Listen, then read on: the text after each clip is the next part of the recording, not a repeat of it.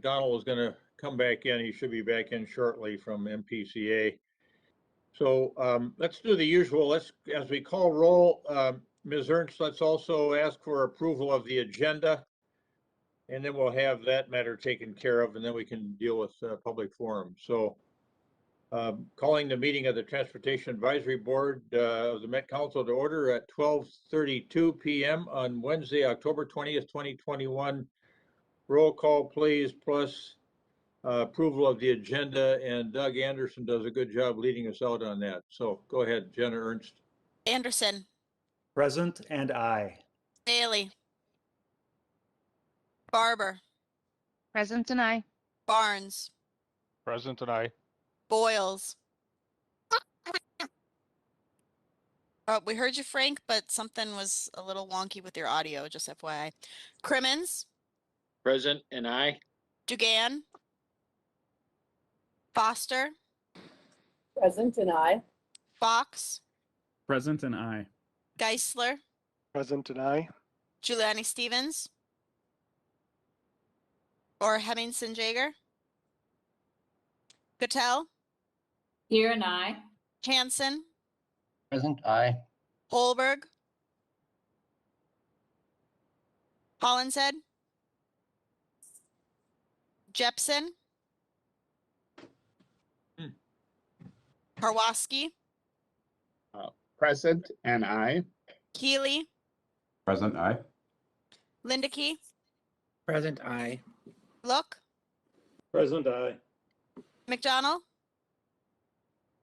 Present You might not. aye. Oh yeah, there you are. Okay. Matas Castillo. Present aye. Narayanan. Present and aye. Petrick. Reich.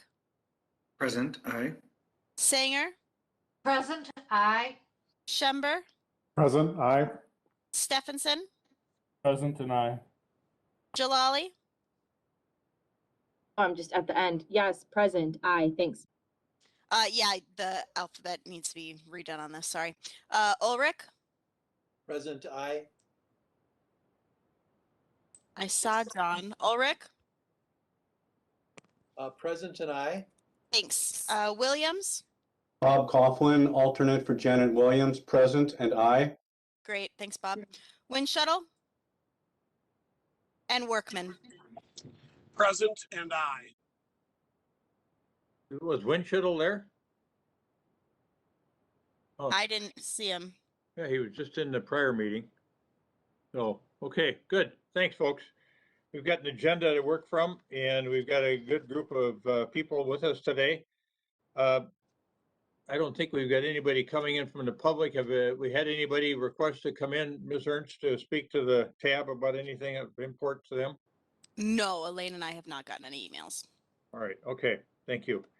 And then we'll turn to reports portion of the agenda. From a tab chair's report standpoint, we had an executive committee meeting just before this meeting. I'm not going to walk through that because we're going to cover the same issues here.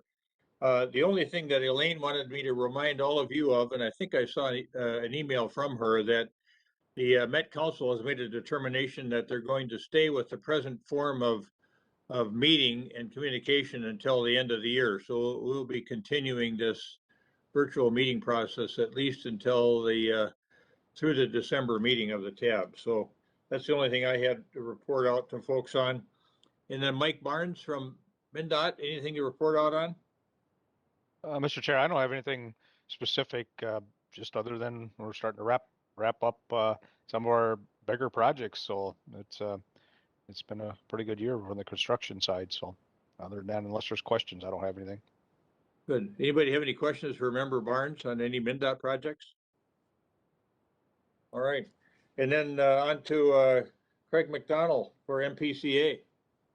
Member McDonald, anything to report out? Two things of note that I wanted to flag for this group, Mr. Chair. The first is that we have an open round for our diesel emissions reduction grant for off-road vehicles available. I believe that's open until December 1st. And so it's open to all forms of diesel vehicles. So for cleaner burning diesel, not just electric. We have done previously some electric only off-road equipment replacement here. So that is open, available on MPCA website for more information. And the second piece I'd like to just highlight here is some of our work related to the Climate Subcabinet, which is an interagency effort by the Walz-Flanagan administration. And that is, if you Google the phrase "Our Minnesota Climate," you'll be directed to the website there, and there's an opportunity and a toolkit for members of the public to host what we're calling climate conversations about what are your concerns related to climate change? Where do you want to see action, and how can you do this? And then you can have that conversation among your network and submit it online through a site called Engagement HQ, which again is at our Minnesota Climate website there. And we can take that feedback throughout the course of the next year. We're going to be taking public feedback on that site as one of the opportunities to understand what types of actions folks really want to see the state take, what are their barriers and what are their concerns. So it's a neat kind of toolkit we've put together as an agency working with some of our peers across the state for climate conversations. That seems like a nice public engagement tool to be using. So thanks for doing that along with the governor's office. Anybody have any questions for Member McDonald? Right, let's move on then to Carl Crimmins, Member Crimmins, and he'll report out on activities at the Metropolitan Airport Commission. Thank you, Mr. Chairman. A few things we have going on. Departures for the month of October are projected to be 389. And we now have Allegiant Airlines flying out of MSP. And they're flying to warm destinations, Punta Gorda, Florida, and to the Caribbean. So they're a new airlines that they just signed on. And Sun Country now has added 17 flights. They now have more flights out of MSP than they had pre-pandemic. So Sun Country is really growing enormously. They've grown faster than anybody else at the time. And they're also picking Florida. That Punta Gorda must be the in place to go because that's where everybody seems to be going. Even Delta added a flight to Punta Gorda. Carl, I just want to note, Yes. Allegiant and Sun Country also added a flight to Asheville, North Carolina, which may not mean anything to anybody, but to me, because we have a new grandson and they live there, and so my wife can jump on a Allegiant flight for under $100 round trip or under 200 round trip, or Sun Country, only on Sundays and Thursdays. But it was a huge benefit to us. Yeah, Asheville, North Carolina is another destination people are picking up on. But if it's warm weather, that's where everybody's starting to fly to. Yep. Tomorrow, MEA Thursday, TSA is expecting 32,000 people going through security tomorrow. And passenger traffic at the airport is up to 70% of pre-pandemic levels. So it's picking up. It slowed down a little bit in August, they think because of the Delta variant, but now that the shock of the Delta variant seems to be wearing out, traffic is picking up again. The COVID testing sites at the airport are going to stay in place until the end of November. And I believe the governor and the airport will decide what to do when they see the levels of testing at that time. And the pop-up vaccination sites are going to be there through the end of the year in partnership with the state of Minnesota. Last thing was the concessions. Right now, concessions, 75% of concessions are open full-time or with limited hours. And by the end of the year, the airport's expecting all the concessions to be open. But they're tracking traffic. So they're going to be open. They're having trouble getting workers. So they're also tracking the traffic at the airport, and they'll be open at the busy hours and maybe close down in the slower hours. And then vehicle, I don't know if I touched on this, vehicle parking. In the month of September, we had 8,700 vehicles parking at the airport. And to give that some reference, in June, we had 6,000. So it's 2,700 more vehicles in September than we had in June. So traffic is building back up. And that's all I have. I can stand for any questions. Thank you, Member Crimmins. Any questions for Member Crimmins? Mr. Chair? Yes, Member Sanger? Yep, thank you. Member Crimmins, can you comment about the TSA agents? I have started hearing rumors that they are losing agents and do not have enough staff to fully get passengers through TSA on a timely basis. Can you elaborate on that, please? Sure. As far as the TSA, they have a mandate, a vaccination mandate due November 8th.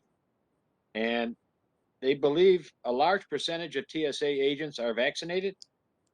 And the other ones will have to be vaccinated or they cannot work there anymore after November 8th. So we're trying to keep a handle on that. I know it's around 80% of the TSA agents are vaccinated. So we could lose 20% of the agents after November 8th. But until November 8th, nobody has a handle on what could happen between now and then. Thank you. Sure. Any other questions for Member Crimmins? All right, then let's move on to Deb Barber and get her Met Council report. Thank you, Mr. Chair. And first to Member Crimmins, I'll say we went through, my son and I, through the airport on Monday, and it was a fantastic experience. And goes to show that we are so lucky to have MSP in our region. Definitely with getting back to travel, it's very much appreciated. So just a couple of reports. First of all, I wanted to let you know we did take council action on a couple of things that we've seen here. So the Metro Blue Line, we had our approval, or B Line, we had approval of our final corridor plan recently, and just really want to thank all of you for the support for that project. I think that's such a critical project for our region because it really is one of those lines that does provide some good connectivity between different modes, different routes, different options, and helps get people to where they want to go. So much appreciated, and really thank you to all of you for your support over the time.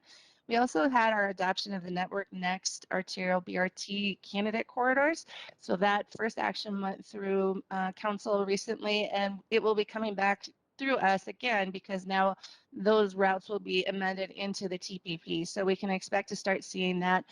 We do expect that TPP amendment sometime in the fall of 2021. So that will be coming.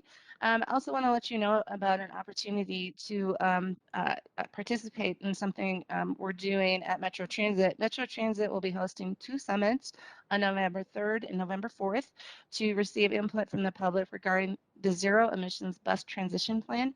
At the summits, the status of the process will be shared, initial feedback on priorities will be recorded, and Metro Transit will share its efforts to electrify its fleets and facilities. All are encouraged to participate and spread the word regarding the summits, as informational item on the zero emissions bus transition plan is expected to be presented in October. I believe at the October 20th council meeting today. So the different times we can make sure that they get out there. It's Wednesday, November 3rd from 12 to 1:30 and Thursday, November 4th from 5:30 to 7:30. And I know it's a important topic for many of our members here. So I would really encourage you all to participate and to learn about what we're doing and how we're trying to build some of this into our future planning efforts. And with that, I'll pause for any questions. Thank you, Member Barber. Any questions for Member Barber? Any comments? Yes, Member Foster. Thank you, Mr. Chair. Where is info on those sessions? I am not completely sure. I'll make sure that they get sent out. So I will send them, make sure they get sent out to tab with links to register so that you can easily do that. Great, thank you. Yep, not a problem. Thank you. All right, anything else for Member Barber? We'll next turn to our TAC Chair, John Solberg from MnDOT, to see if he has anything to report out on before we go into the business items. Thank you, Mr. Chair. From TAC perspective, we heard all the items that are in front of you today, so I won't go through those. However, I will mention the items on your consent agenda. At TAC, we try to consolidate them into a smaller number of action items rather than having, I think it's upwards of 10 or so action items. And those are made up of, the first ones are really new projects that are being added into the stream or into the 21 through 24 tip and the 22 through 25 tip. And that's because wanting to make sure they align with the correct tip when the projects are being authorized. The second one is our projects or new projects being added into just the 22 to 25 tip. And those are, again, new projects. The Orange Line, for instance, is one that's been in the TIP previously, but because of funding changes, has to be added into this one. The other one in that project is the first of a project using CARISA funds that is allocated to MnDOT Metro District. The third area is really a project to amend the endpoint to the project, the terminus of the project, to which is being covered by an additional project, so it meets the intent of the original project scope. The next project is really a project description change. So you'll see what was originally a bridge should have been a trail description, and that's it was really a technical error when it was originally put in the TIP.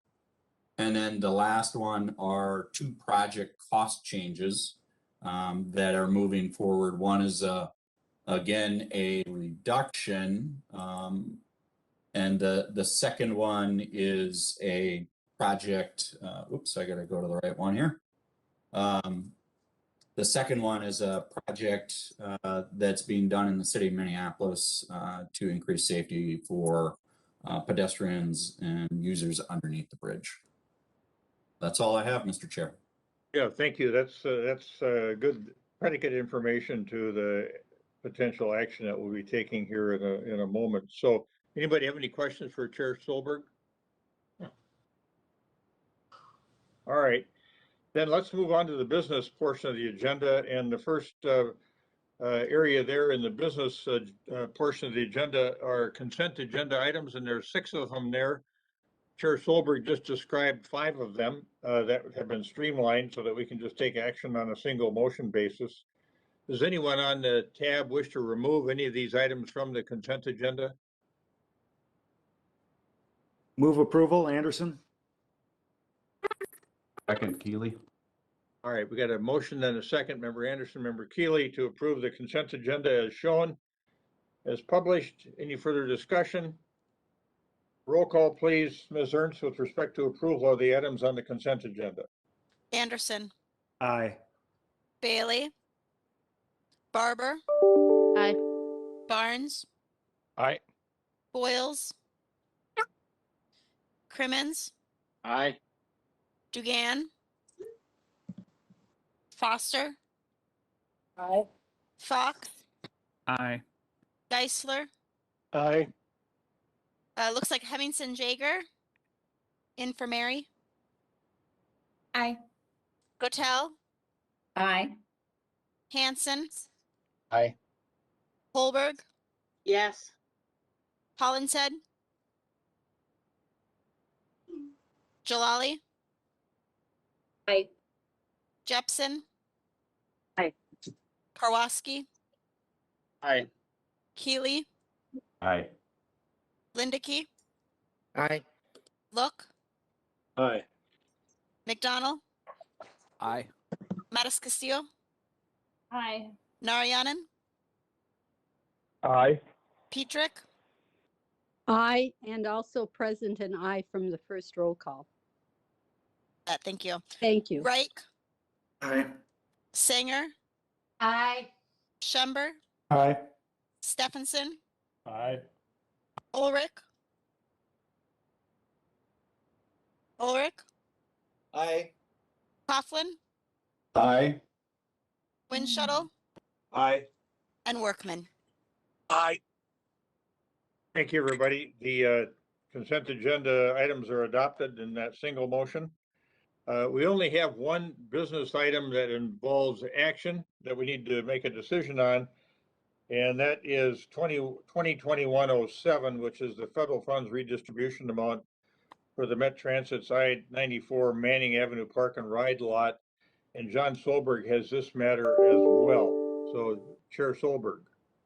Thank you, Mr. Chair. So yes, the item in front of you is a discussion about what level of funds should be returned to the region as a result of project. So a little background: in 2009, Metro Transit solicited and was awarded approximately $7.2 million to develop I-94 express service from Woodbury into downtown.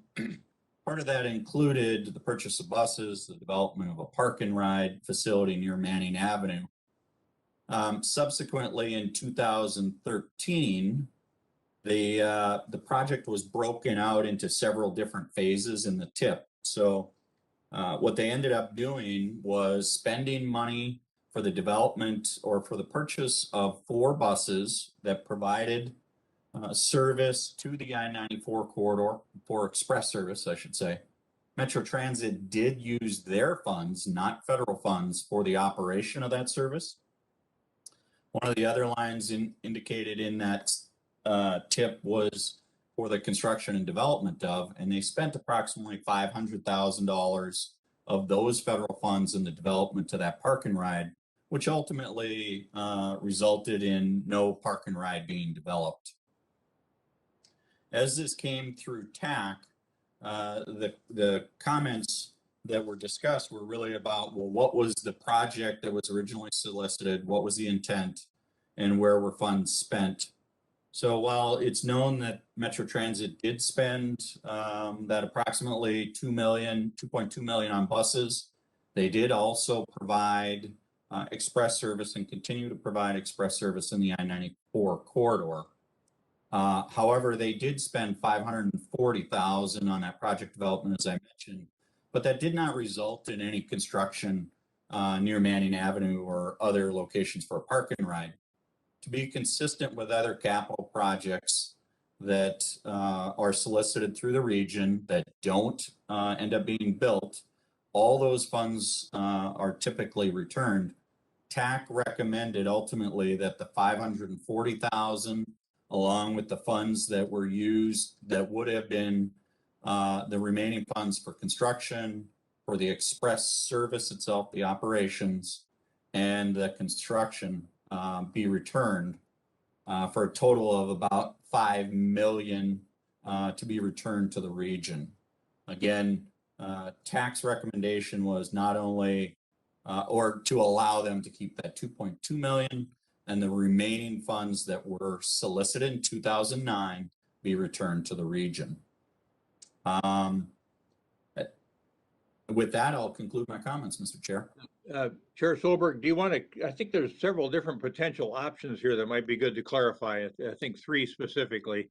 And do you want to clarify those? And I think that'll put some parameters around the conversation that the TAB will have here. Yeah, absolutely, Mr. Chair. So it is really the options that could be out there is 1, TAB could require Metro Transit return all the funds, the $7.2 million, because the park and ride was not developed. It was not the entire scope of the project.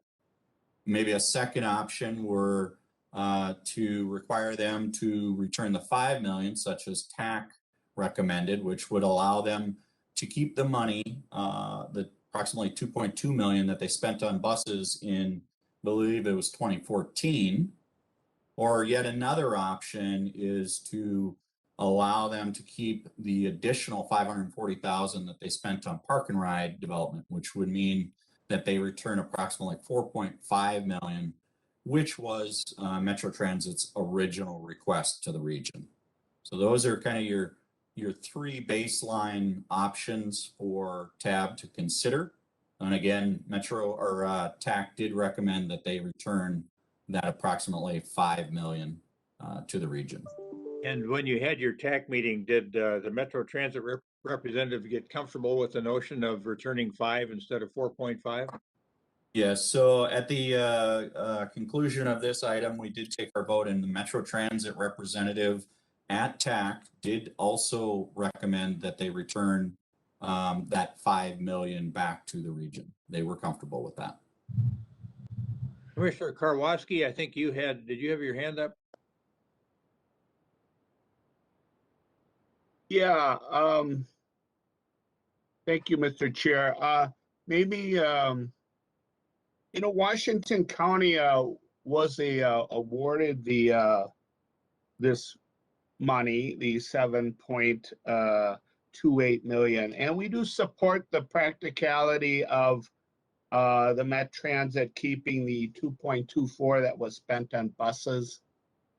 We do support the recommended motion to return the rest of the money. And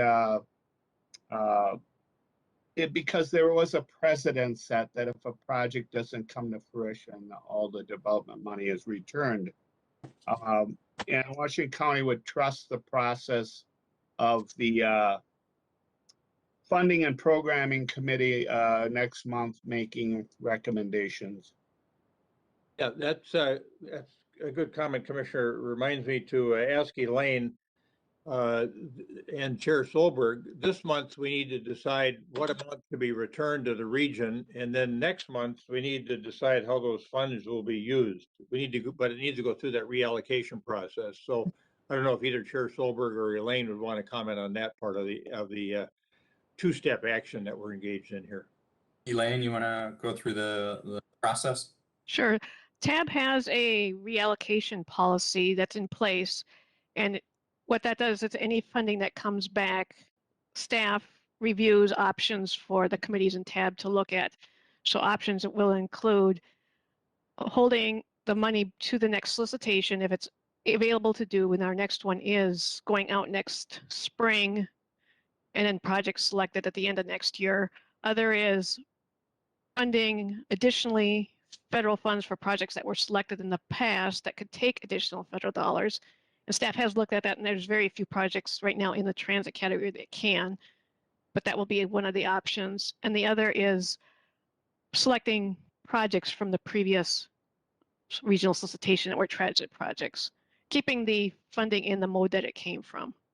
So that's going to go to the Funding and Programming Committee tomorrow for the first glance, depending on the amount of funding available.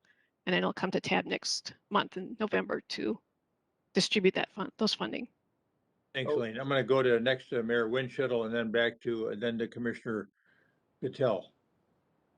You know, we talked about this at the exec committee, and it's, as I'm sitting here listening to it again, what determines how long a project can sit before it's determined it's not going to happen? We're talking 2009 award, and we're here today talking about, I mean, not scolding, but just asking a question.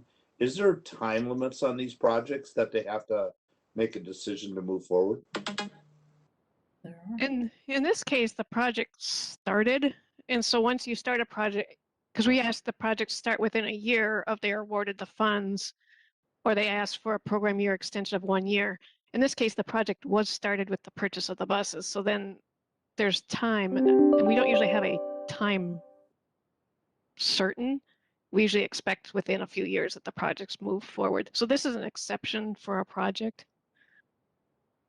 Okay. I mean, so there are really things in place, probably more so now, that would eliminate such a long gap in time of award to time to decision that it was not going to happen. And that's maybe something we need to put in that real or policy. Right now it's a program year when it starts, but we don't have anything to say how long it should take to build or complete. Okay. Yeah, Well, that's a good thought. Why don't we put that on our to-do list? And I think Chair Solberg has a thought too on that. Yeah, and one of the things that's a little bit odd in this one is, again, it was in the 2013 TIP for various program years, and now part of the way we would look at that at the technical level is, again, program year extensions, which I don't know that we had that back in 2009 when this kind of started moving forward. So it's one of these, as Elaine mentioned, is a bit of a blip that I think the current protocols we have in place would not allow it to go almost 10 years from solicitation, or 12 years from solicitation to returning funds. Yeah. And we're also we're working with FTA to determine what the new program year would be, because it's already past the date it should have gone in 2014. Commissioner Gattell? Yeah, thank you. You know, and we had a really good discussion, I thought, earlier in the executive, but just to talk about this whole thing, with regards to the money, and I support what the TAC has brought forward. And the reason is that they did buy buses. And they bought a significant amount of buses, more than what they had slated to buy. And although they weren't able to get the original route that they had wanted or what they had planned, they were innovative and they did get a route and they are offering service. So I think including the buses and some of the money and not asking the Met Council to pay that back is appropriate, because it continues to stay to service folks. And so those are my thoughts, and that's why I support the tax recommendation today. I'm going to go back to Commissioner Karwoski because I don't know if you left your hand up or put it back up, and then I'm going to go to Commissioner Look, and then I'm going to go on to Member Keeley. Yeah. To continue discussion, I would, maybe I could wait to Commissioner Luck, but I would like, since the money is being turned back from Washington County, I would like to make the motion. I just wanted to mention, though, that this project, this was really a route change, that the money was going to spend in Lake Elmo, and now the route goes into Woodbury. It's a transit project, so the project never got delayed or stopped. It just takes a long time to do transit projects. So you almost have to accommodate along a 10, 11-year process of a transit project. You do not. But I'll wait for a few more comments, and then I know Commissioner Luck would like to speak. All right, Commissioner Luck, and then Member Keeley. Yeah, thank you, Mr. Chair. So just trying to visualize what's happened here. So essentially, we awarded a project. They purchased buses. They're returning $5 million of the $7-some million, but the $2 million in question as regards to the buses is what I'm trying to zero in on here. So essentially, these buses, I'm assuming, didn't sit and never get used. They were then appropriated somewhere else to a different line and have been probably somewhat used up in the last 10 years, I would assume. But that other line that it was appropriated to essentially necessarily didn't have authorization for the money to be spent on.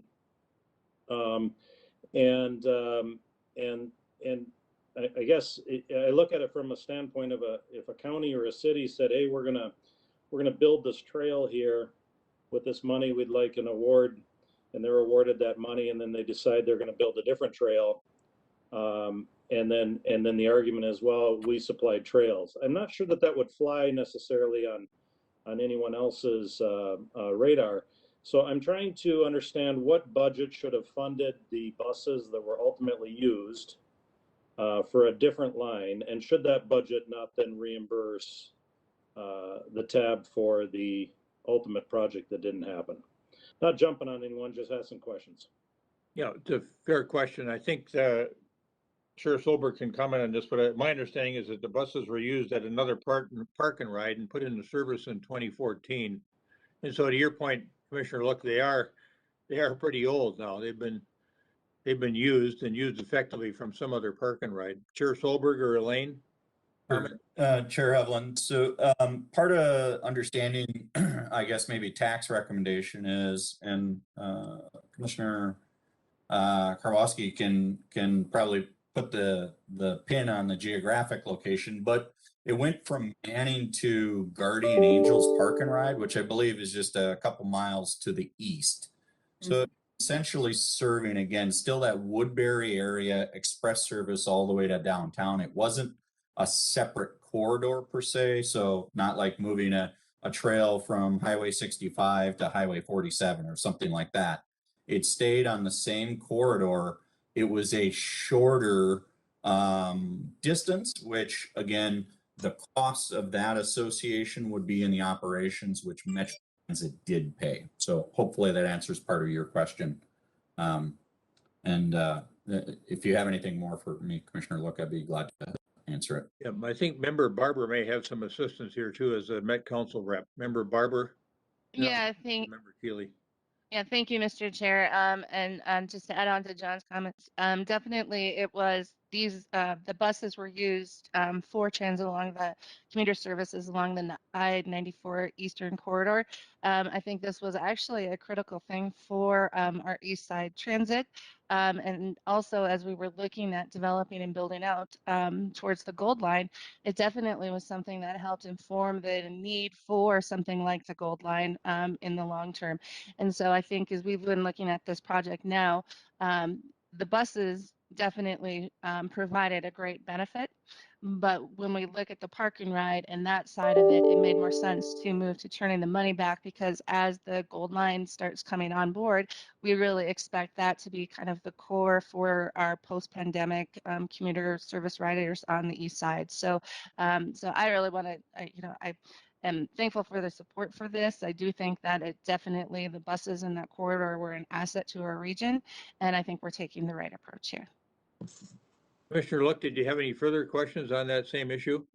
Yeah, Mr. Chair, I just wanted to, I'm not here to argue or debate whether or not the buses were necessary. It sounds like they were, and sounds like they were used, and perhaps we made some lemonade out of lemons here. But the reality is that, having been on this board for the last 10 years, oftentimes we see if your project changes, from 1,000 feet less than you were planning to, you have to come back before this committee and you have to essentially downgrade the project, and then it gets rescored as to whether you would have necessarily beat out the competition at that point. And it's taken quite seriously if the scope changes, and this seems like a serious scope change. And so what I'm just trying to get at, I suppose, is the fact that not that it was intentional, but certainly we don't want to encourage anyone to bait and switch on these projects and then all of a sudden forgive them for a certain portion of it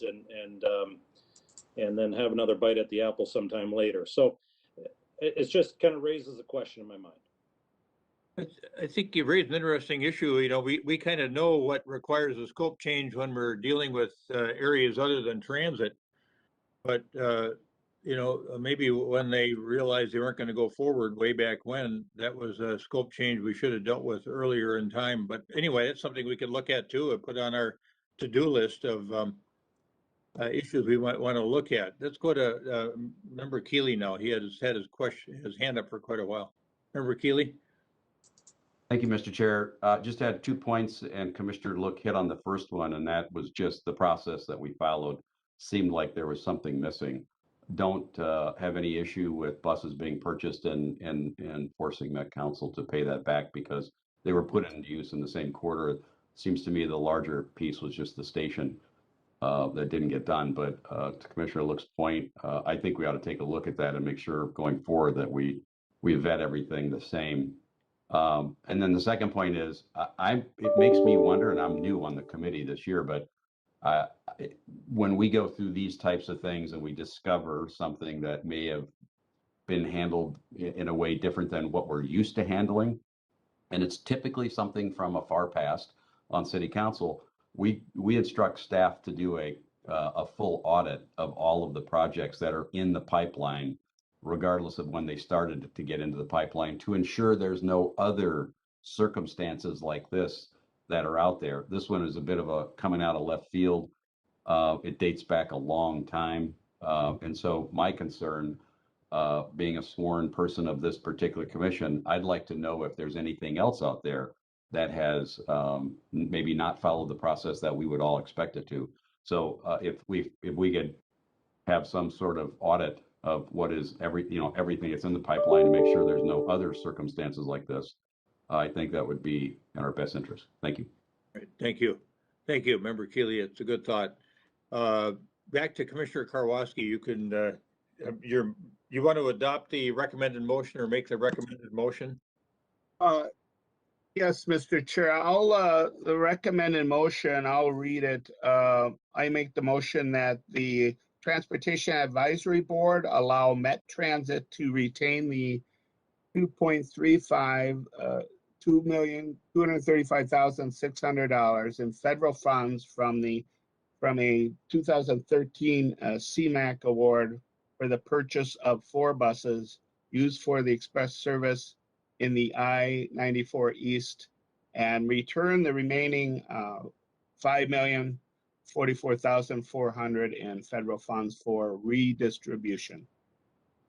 All right, we have a motion. Do we have a second? Second, Gotel. Second, Mattis. All right, second by Commissioner Gattel. Any further discussion, folks? That was a good discussion.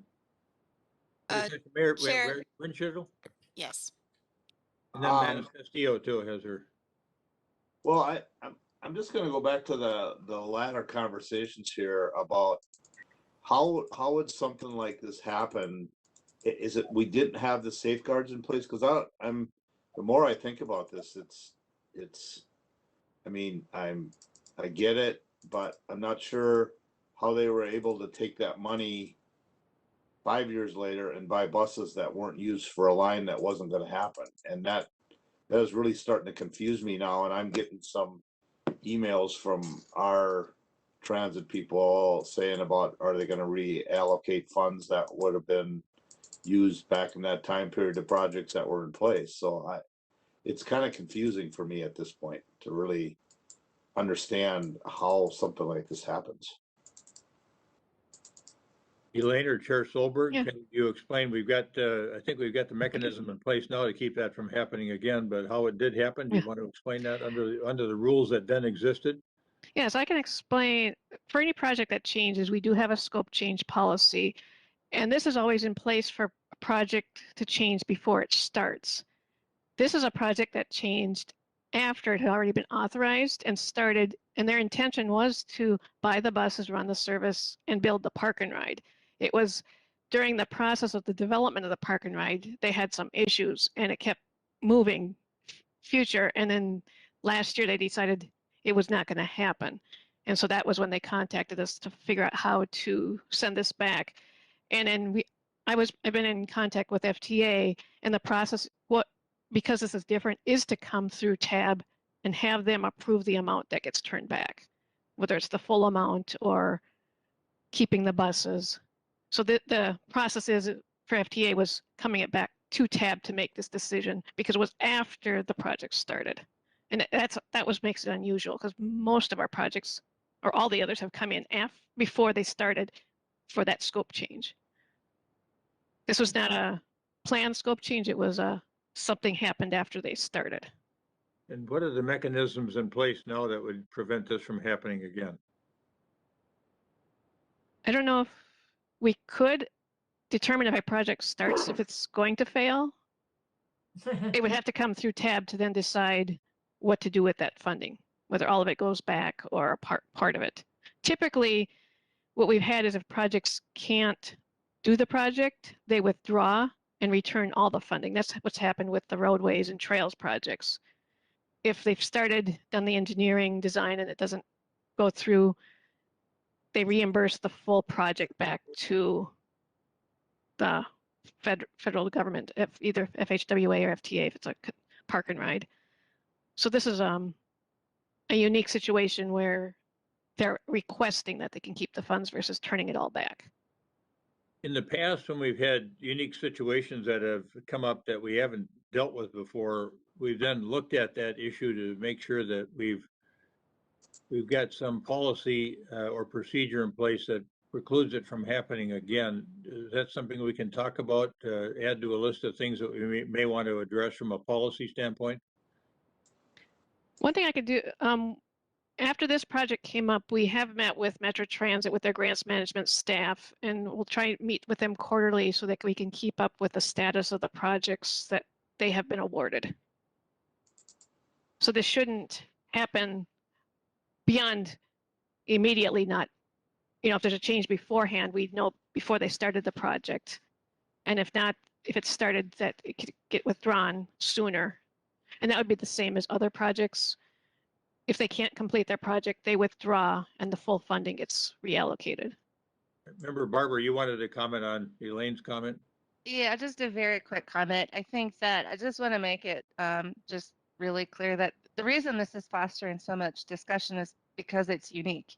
We have This is not a situation we come across every day. I have no problems with looking at policies as how we frame these things.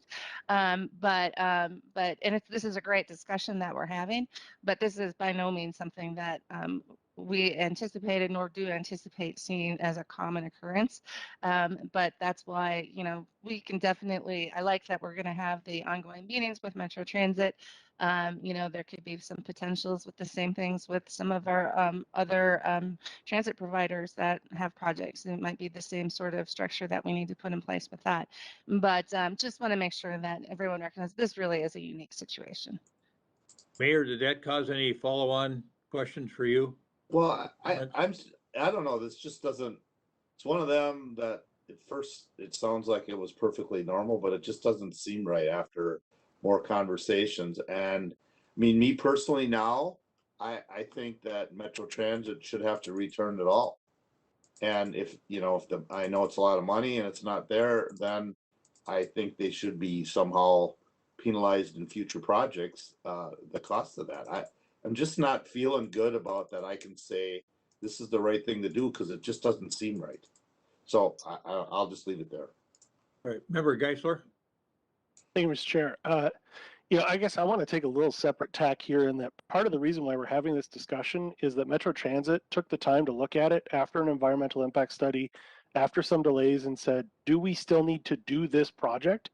And found that the demand didn't support it. And instead of spending $5 million of federal money, is deciding to turn it back and put it back into the MPO. To me, yes, we could talk about the buses were bought for the plan that this would move forward, and then at the end of the day, it just as time went on, it collapsed down because projections are projections. Those things happen. I think that the fact that the buses were serving the corridor that they were intended to serve, whether it was from this specific park and ride facility or not, they were serving the MPO in the capacity that those funds were meant for, which was transit from this area to the central urban core. That to me is money that was purposely spent. That's what the intent that we authorized. We could talk about the specific variables that come around this, but as Councilmember Barber said, there are always going to be a couple exceptions. Frankly, that's why we're here as the governing body, to handle some of these random things that do come up. I do agree with the sentiment. It is a little weird. It was a long time. We probably should have had a discussion about this earlier, maybe had a little more information earlier.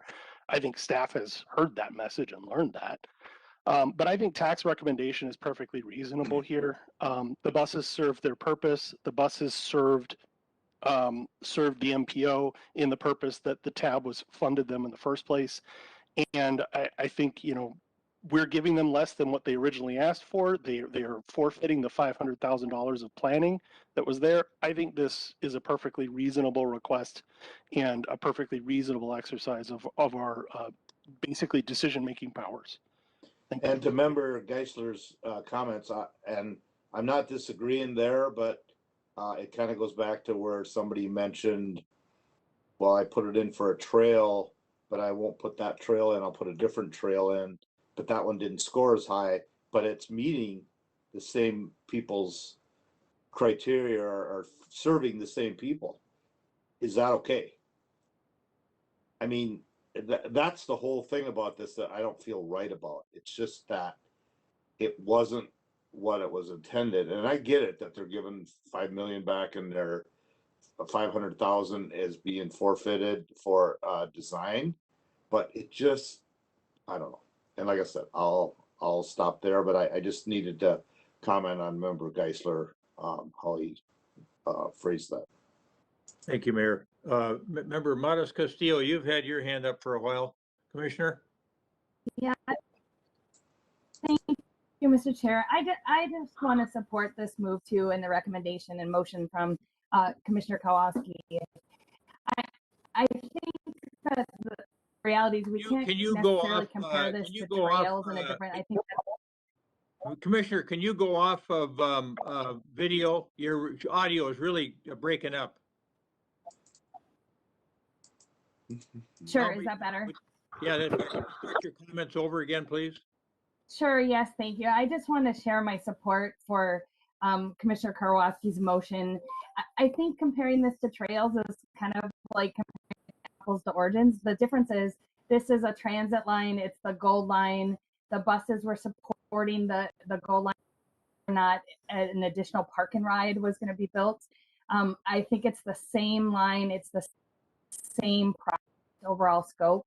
And we are supportive. And I know next month we'll come back and talk about how that money then gets reallocated. And I'm just going to say early that I think that the money was intended for the Gold Line and the whole project component, and that we consider that we continue to support that project.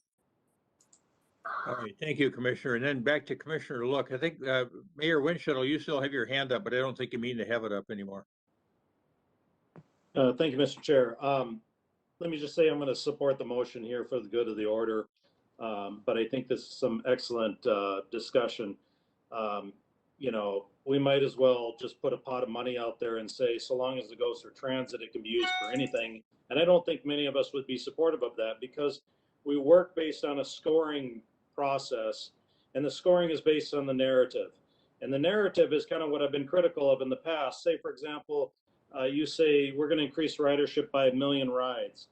Wow, you get great scoring for that. And then you win the money. And then does it happen? We really don't have any follow-up to determine if, in fact, ridership went up by that. I've often commented on this.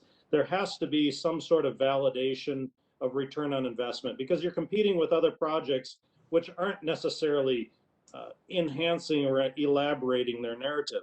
But I think it's certainly reasonable to have a status report on all these projects. Where are you at? Are you completing it or not? Because we just invested significant money, and we expect some sort of a status report from project managers or whoever's running the project to determine if it's on track. So, thank you. Thanks, Commissioner. All right, and then back to Member Barber. Thank you, Mr. Chair. I appreciate those comments. I think if you look at some of the big investments in particular that we've made, like in the ABRT lines, are the numbers that were originally proposed were actually coming in at much higher ridership numbers even during the pandemic. And so I think that it doesn't hurt for us to look at some of these things and report back. I think that would be an interesting thing probably as we get into our quiet time next year, because there'd be a good time for some of our staff to get the information pulled together as we look back. And maybe even do it as sort of our look back on the regional solicitation and impacts of those investments reports that we do. One thing that I would request, if we're doing this for Metro Transit, we need to do this for all transit projects. So that would include for our suburban transit providers, for projects that they're doing as well. I think it needs to be something if we're going to do quarterly reports on actions from the regional solicitation and investments that we're making, it should be for all participating transit agencies. So that would be my one request. All right, thank you. I think we've had a good discussion here. Member Geisler, do you still have your hand up, or did you put it back up? I was just gonna one tack on to Member Barber's comments there. I also think that there's a certain level of request if we're going to go back and look at things, validating that trails are being used by transportation members, validating volumes on roadways, validating all, I think, while in theory, the idea of validating every single number for every single project that we're doing sounds great, but that sounds like a lot of taxpayer dollars to make sure that the people that we paid who are experts in doing things did good estimates. I would hate to double question every single estimate that comes out of my own city, my own county, and my neighboring folks as well. I think we've got a real robust process for reviewing these things, and that's really where that weight should be put. Personally, we can pick on transit because they actually collect their ridership numbers pretty easily compared to a lot of the other projects we're funding. So I just worry about that cost slope that we put on the burden of local cities and counties for that. All right, thank you. We've had a good discussion here. Elaine, did you have one more comment? Because I'd like to get a vote done here. Yes, I just going to add on, this council staff has prepared two phases of a before and after study for the solicitation. So another one will be done after the next round. So we're now getting into the projects that were selected with the redo of the solicitation since 2014. So we can bring back the next phase of that to staff to TAB when it's completed. All right, good. That'll be good. That's a good report process we started a little while ago. Member Keeley, you want the last word? I actually just want to echo Ms. Barber's comment about let's make sure that all of them are, when I said all projects A to Z in the pipeline, that would include everything. And I think the discussion got into more of a look back and see how our investments have worked out. But the SDA members are certainly more than supportive of Ms. Barber's suggestion that we not pick on anybody, let's do it for everybody. And we're into fair and equitable. And I think that's exactly the right approach. Thank you. All right, thank you. Folks, I think we've had a great discussion here. I think we're ready to vote on 2020-107, the motion that would allow Metro Transit to retain the money they spent, federal funds they spent on buses in 2013, but return $5,044,400 in federal funds to the region for redistribution. That's the essence of the motion. And the second, if there's no further discussion, we'll go to roll call. All right, roll call, please, Ms. Ernst. Anderson, Aye. Bailey, Barber, Aye. Barnes, Aye. Boyles. Boyles, can you put yours in the chat? Your audio is still a little Give funny. us a thumbs up or a thumbs down, Frank. Can you hear me, Frank? Member Boyles, we'll come back to you, but if you want to just put your vote in the chat, I'll record it when I get to the end here. Crimmins, Yes. Dugan, Foster, Aye. Fox, Aye. Geisler, Aye. Hemmingson Jaeger, Aye. Hotel. Barry Giuliani Aye. Stevens is here online. Oh, okay. That's okay. Okay, yeah, no, I'll figure it out for the minutes later. Hanson, Aye. Holberg, Yes. Collins said, Jalali, Aye. Jepson, Aye. Karwoski, Aye. Keeley, Aye. Lindicke, Aye. Look, Aye. McDonald, Aye. Metis Castile, Aye. Narayanan, Aye. Petrick, Aye. Reich,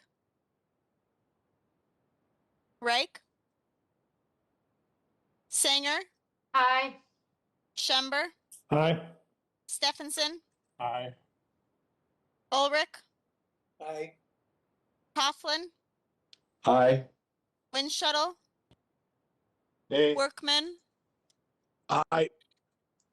and then for the record, Boyles was an aye as well. All right, thank you. The motion carries. Thank you for that good discussion, folks. And another good discussion to be had on as we move into the informational items. The first informational item is one where we're going to get some information today about some CARES Act funds that came to the region. And because of the MPO status we have here, there's about $20 million coming to directly to our region. That's separate from MnDOT's money that will also be coming in part to the region.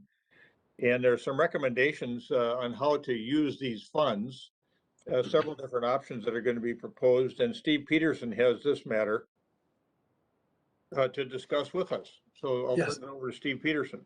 Good, thank you, Mr. Chair. Again, info item today, and hoping that this will be an action item before you next month.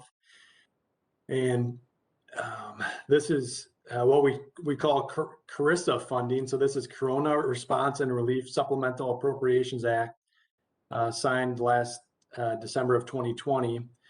The state received $162 million, and the Met Council, as a transportation management area, received $20 million out of the $162 million that came to the state out of this federal bill. And today we're bringing forward a series of options and want to get some general feedback from the group here. Again, the action item will be next month. We brought this to the technical committees and they had a clear preference, which we'll talk about here, but a few of the stipulations of the money of the 20 million coming to the MPO, first of which is that it must be used by the end of federal fiscal year 2024. So there's a short time frame to use the money. And secondly, USDOT has approved only a limited amount of uses.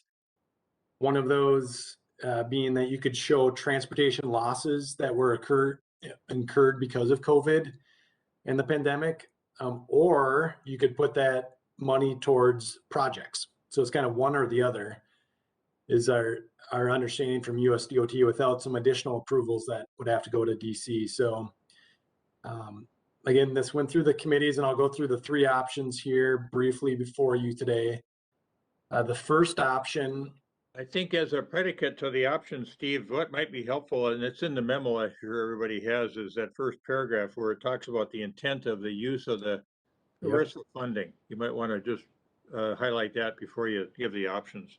Yeah, thank you, Mr. Chair. And so, yeah, the intent of the ERISA money was to provide emergency assistance due to the COVID pandemic. And that's really what's driving the thought process here from TAC on doing this option, this first option. And so again, the first option is transportation revenue loss. We're calling it the state aid approach. And out of the 162 million, MnDOT also gave 20 million to the greater Minnesota cities and counties. And what they did with it is option one.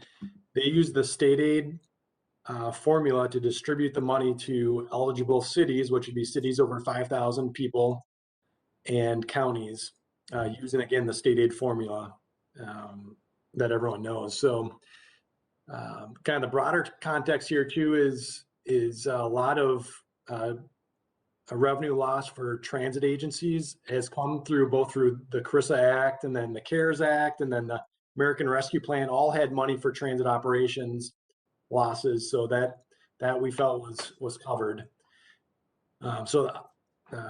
We've laid out with the help of MnDOT Metro State Aid what option one would look like. And Joe, if you could just scroll down and zoom in a little bit on option one. And so using that state aid formula, the $20 million and under option one would be split up as shown here. And so at the top left hand of your screen, you can see out of the 20 million, Anoka County would get 1.5 million, City of Andover, 119,000, City of Anoka, 63,000. And then we've summed those up by city and county below. So Anoka County and the cities within Anoka County would get around 14% of the total, or 2.7 million in total for that. And that could be used for any state aid eligible expense. It could be used for to build trails, trail maintenance, ADA improvements, projects that were pushed off that people thought were going to be funded in a certain year. It could be fully funded and built. And the 20 million would cover a little bit less than half of the losses that were documented going into the state aid account by cities and counties. So I think the metro area, and we checked on this since TAB Executive, showed losses of about $46 million. So if you did 20 million towards this, that would cover about half of the losses incurred from the state aid accounts going to cities and counties. So doesn't make them quite whole, but does help with some of the burden that did happen. So that's option one. And we've got staff on the line too, if people have questions on how this would be administered. Essentially, you'd have to tell MnDOT State Aid how you plan to use the money, and then document that the money was used for a state aid eligible purpose at the end of the year. And that's the accounting that's being used by the greater Minnesota cities and counties. So option two we're showing is going back to the last regional solicitation list, and we funded only 40% of those project requests that came in the door. The funded projects are shown in orange here, and so we have a long list of well more than $20 million of projects that could be funded. What the technical committees did say to us is that given the time constraints of the money, that there has to be authorized by 2024, end of September 2024, this becomes difficult to deliver a federal project. Some project sponsors could do it, others may not. So their preference was not to go back to the old list. And so we put two options in there: go back to the list for the regional solicitation, or go back to the Highway Safety Improvement or HSIP list. Both of them had well more than $20 million of unfunded projects. So that was option 2.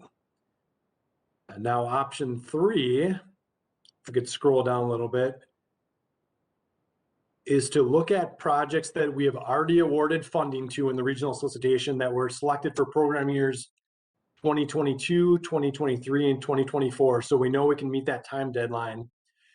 But many of those projects can accept additional money to get up to 80% federal. So there was just general inflation over the 5 years of project development. Those projects were locally matched at more than the 20% required local match. And so this is something that state aid often does when we have to get rid of money quickly at the end of the year, is go back to projects in the queue and see who can take more federal dollars. So this shows kind of in order, using the processes that we've already established, where the money would go. And primarily it would go, the first, probably 30 projects on the list are almost bike and ped projects that had a little bit of inflation over the 5-year period that can accept a small amount of money. Then as you get further down the list, then you're seeing some of the bigger road and transit projects that also could receive or could accept more federal funds. So this is option 3. Again, our technical staff thought option 1 was better than this one because it did go to more cities and counties, so it was a little bit more fair distribution, that everyone would get a little bit of piece of this 20 million. And I think that was their preference there. And they thought, from a administrative standpoint, actually option 1, since Greater Minnesota is doing it right now and they're sending checks out as we speak, the process is pretty defined there, and they thought that administratively that would be the quickest way to get money out to the region. So again, our technical staff have put together a pros and cons list for your consideration. This will be seen by Funding and Programming tomorrow as an action item. And if people are agreeable to either option 1 or 3, it can move forward. If this group really wants to see more projects from the solicitation list, we're probably looking at a decision a couple months out here, because we'll have to develop options, talk to those project sponsors to see if they could or could not accept money and deliver the project. So again, the consensus, at least from our TAC, was option 1, but ultimately is a TAB decision here. So Mr. Chair, I'll turn it back to you. Thank you. All right, thank you, Steve. So this is the, thanks for that informational piece. We'll act on this next month. Does anyone on the tab have questions for Steve, or you want to ask questions generally, or have any comments you want to make? Steve, maybe pull that down now so we can see the full tab. It's hard for me to see who has a question. Mayor, I see Mayor Winchell with his hand up. It just happened to be at the top of my screen. Mayor, go ahead, and then we'll. All right, thanks, Mr. Chair. I was just wondering, maybe I missed it. How, like, when this gets distributed, would that come from the state, or does it go to the county and then out to the cities, or how is that distributed? Yeah, thank you, Mr. Chair and members. So that money would come through MnDOT state aid, and they would, just like most of our regional solicitation projects, they're administered through MnDOT state aid. So they would be allocating the money. Yeah. All right, Member Narayanan? I think you might be on mute. Thank you. For Steve, for option 1, none of this money would go to transit. Is that correct? Are state aid projects all highway or trail projects? Mr. Chair and members, that is correct.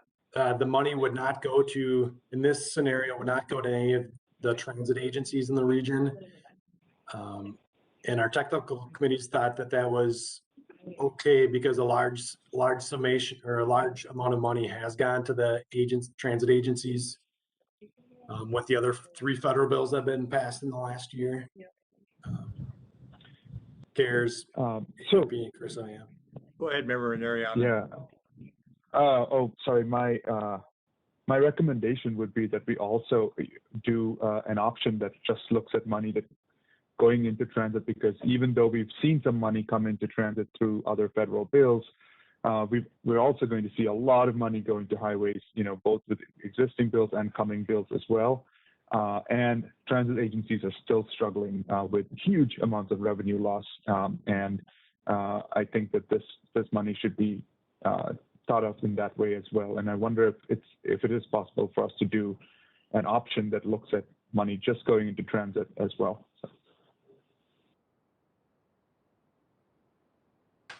Steve Peterson. Yeah, thank you, Mr. Chair and members. Could an option be developed that would also go to the transit agencies? I think that is possible. And Member Barber. Sorry, Steve. Also, I don't mean also going. I just mean just to transit. Oh, just going to transit. Okay. Yeah, I think Mr. Chair and members, Member Barber's closer to the budget details than I am, but I think, at least from a Metro Transit perspective, I think they were made whole roughly through 24, 25. Am I right about that? Member Barber for some supplemental budget information here. Yeah. Thank you. Thanks. Yes. So yes, we have received money, and that money has been distributed through a formula, our normal funding formula to our suburban transit providers. And that's for the first 2 rounds of stimulus funding. We're still waiting for the third one to be able to distribute that. But through the first 2, our region got $402.4 million that has been distributed. So I think that we've been very fortunate and in that, and that has definitely helped us be able to maintain our operations through the next future. There is still a structural deficit that lives out there, but it's further in the future now, so we have more time to reconcile with that. And we haven't looked at the ARP funds yet. Our intention is, as you know, there's some volatility with car sales right now, so we're waiting for the MVES February forecast to finalize the plans for the ARP funds, but like I said, we haven't received those yet. I can tell you from my perspective at council, seeing this funding and the funding that's come in for transit, I would be heavily in favor of option 1. I think it really provides some much needed assistance to our local entities, the counties and the cities. I think that it's a good way to really meet the intent of CARISA, which was really to provide some help for local governments. Thank you, Member Barber. Member Geisler, then Member Jalali. Thank you, Mr. Chair. Yeah, I will completely echo Member Barber's sentiment there at the very end. I think option 1 really addresses the meat and potatoes problem that state aid helps a lot of cities and counties do. It's keeping things running. It's fixing things that are breaking. It's taking care of just basic infrastructure. I think the fact that also these funds are retroactive, so they can help maybe replenish some general funds if the general funds were used to cover where state aid dollars didn't show up. Some of the numbers I've seen is that some cities and counties have received 50% less state aid than they did 2 years ago for this. So I think option 1 is the fastest and easiest way to try to make as many people as whole as possible. And I think it's the simplest way. I don't think we need to get heavy-handed in directing this with option 2 and 3 or future options. Personally, I think this money is designed to go to agencies to backfill the state aid that they have lost. Thank you. Thank you, Member Geisler. Member Jalali.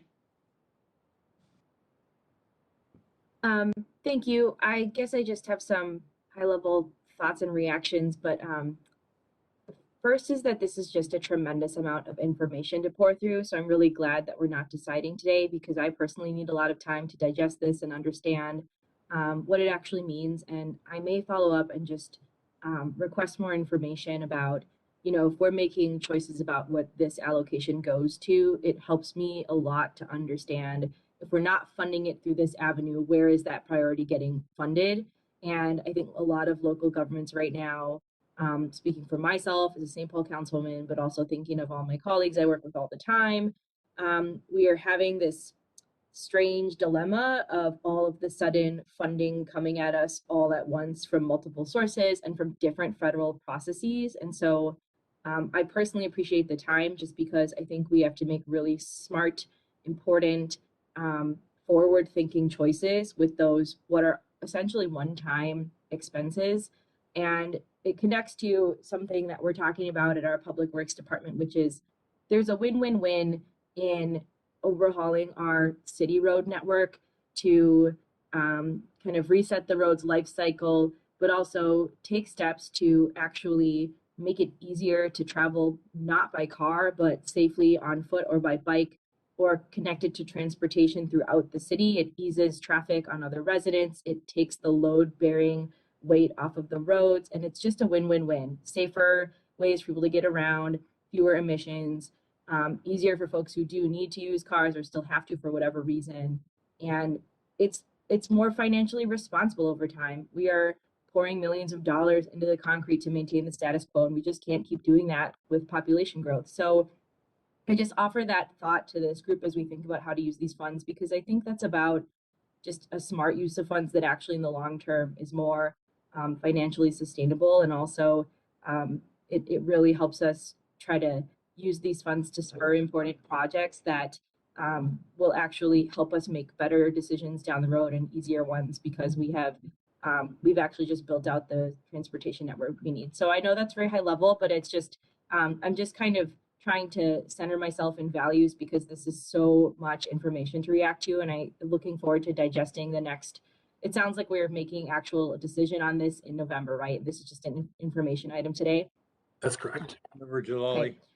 Yep. So, I look forward to digging in, but it really strikes me that we should be thoughtful. And I know sometimes with government funds, the tendency is, well, let's just go the easiest route, but that might not always be the route that helps us make a smart long-term decision. So I'm working to balance those things.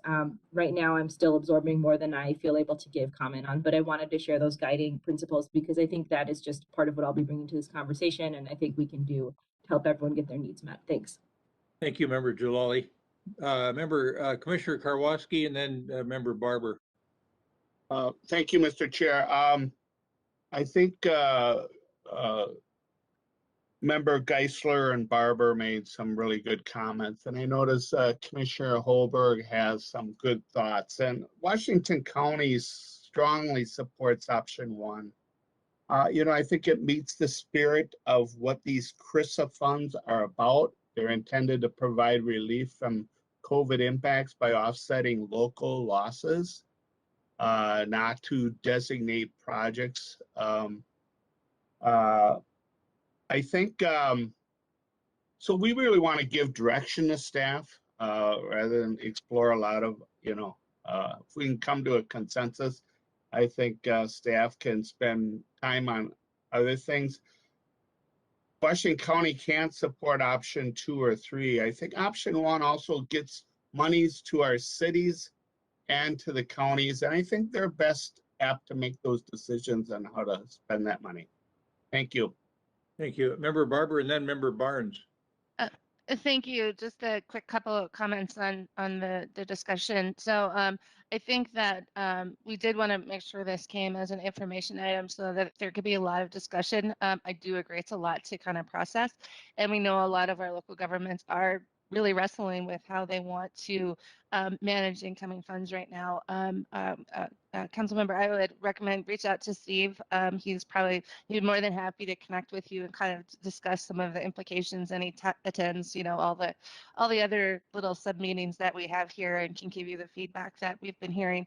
The one reason why I lean towards option 1 isn't because it's easy. I think it's because all of our counties and cities are looking at how they manage these funds coming from these different stimulus programs. one thing with this money is there's flexibility with it. So it doesn't mean it needs to go towards a road. There might be other funding mechanisms from the federal government that provide that kind of money to the local entities, but it could be for trails or it could be for something else. But I think it helps build in the flexibility for the governments and to look at what they need for their citizens. And then also, I think that it's somewhat time sensitive, especially with the CRRSA funds. There's a window on when that needs to be spent. And I think that going through too long of a drawn out process could lead to troubles with the ability to the funding to actually get spent in the right ways for the local communities. Okay. Member Barber, another thing you could probably help us on is you mentioned that you've received through the first two tranches of federal payments, I think a little over 400 million. What you anticipate receiving as an agency, that might be helpful information to the tab as well. I hadn't heard that $400 million number. So that Sure.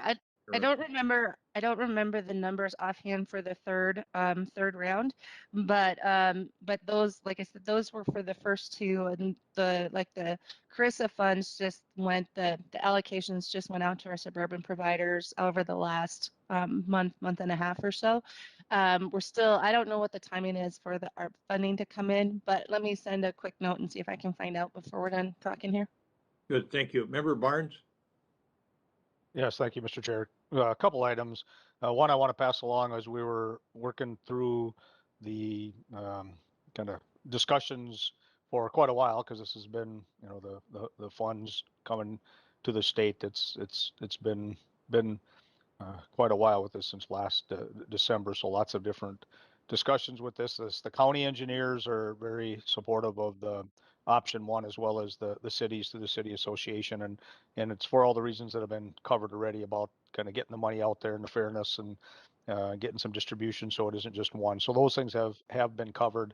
The one item I did again want to just reinforce the fact is that this process that's here at either using the state aid distribution or going towards projects and not mixing the combination. When we look at the funding timeline of just a couple years to actually using the funds, or at least getting them allocated, and if we have a different option, so I know there's one that was about put it all towards the transit side of this, is if that becomes an option, I'm anticipating or would fully expect we'd have to go back and get the approval for that type of a distribution.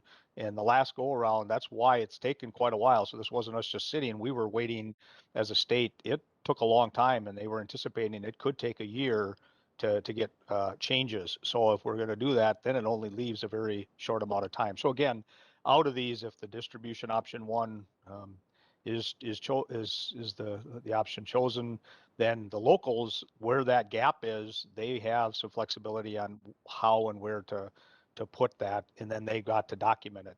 And then just a comment that I'd have is, since, again, there's different numbers. I know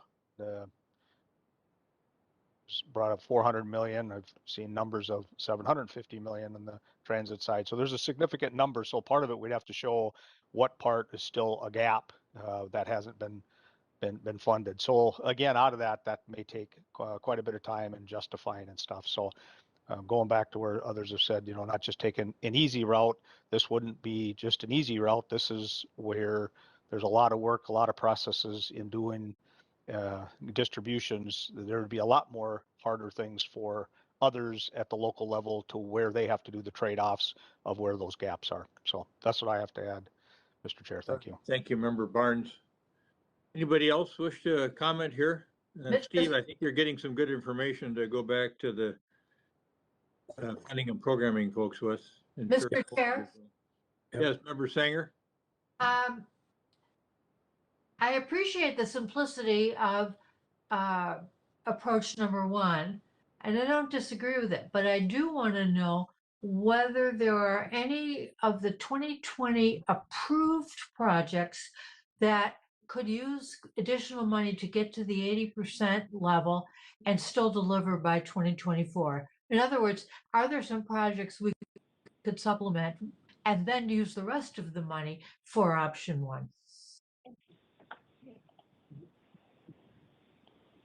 Is that a possible thing to determine, Steve or Elaine?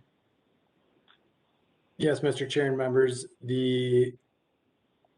that's a possible thing to determine. We could go, but again, as Member Barnes said, I think that would be kind of a mixing of the options, which would require us to go back to USDOT. Right, So it's a good thought, and actually we thought of that several times ourselves. But then this kind of the rules of the game right now are mixing this option 1 and 3 become problematic. Correct. Okay. Okay. Mr. Chair, I have a follow-up question to that. Yes, Member Narayanan, please go ahead. Yeah, I just wanted some more clarity, Steve, on what exactly the rules were based off of what Member Barnes was saying. Who do we have to go back to exactly to get more permission? Is it USDOT? And why is mixing some of these options problematic? And then it also seemed like there were wildly varying numbers talked about with regard to how much funding transit has gotten these bills in our region, from 400 million to 700 million. Are staff able to give us an exact number of what the revenue shortfall has been since COVID and how much has been backfilled and where we stand currently? Yes, thank you, Mr. Chair and members. You asked a good question. I think in the short term here, we will ask our Metro Transit staff about some of those budget details, because I think that's a key. I think you're asking a good question that we need to answer. Member Barber? Yeah, we do have that information, and you can compare it to the budget numbers we had going pre-pandemic to what we have now. So we have all the information because we just went through our budgeting cycle. So we can just bring it here. I don't know the numbers off the top of my head, but we do have all of that information, and we can show you sort of what we've been seeing and how like I said, even that's just been factoring in the first 2 rounds of stimulus so far, as we wait the information for the ARP funding. But yeah, we can definitely either send that out or bring it here. Like I said, we definitely follow it very, very closely, because we want to make sure the message is out there that the federal funding has helped us and given us a longer window, but we still do have a structural deficit in the future. That future date is just moved out. And so we want to be very clear about that we still do need long-term funding source for transit in the region. Thank you. And your other question, Member Narayanan, was about who needs to approve different uses. I think that was this first part of your question. And and why mixing different uses would be problematic. That's Mr. Chair and members, it's a great question. Why it's problematic? They've approved certain uses. Member Barnes, do you want to jump in here? I know you've been closer to kind of going back and forth with DC on this. So yeah, I don't know who actually ultimately approved. We've been working through the FHWA standpoint, and they would just say, working through, the DC process out of this. Again, we just follow through what the requirements when things come down, and gave the amount. And there was things that were very even specific on how much that was going to be given to, the Met Council, for example. There was a line item there that gave a specific amount. And so we just, when going through that, typically when we get those, then we put through and either wait for requirements or put things through.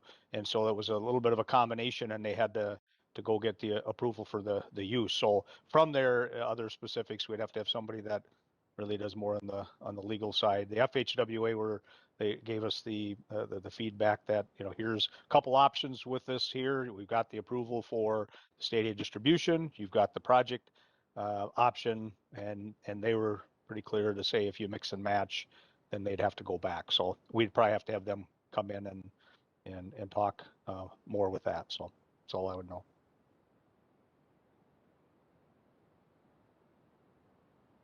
Member Narayanan, did that help at all? It helped a little. I didn't fully understand to what level of detail they're giving us info, direction in that line item. As in, I think makes it a little clearer, but not fully answered the question. Yeah.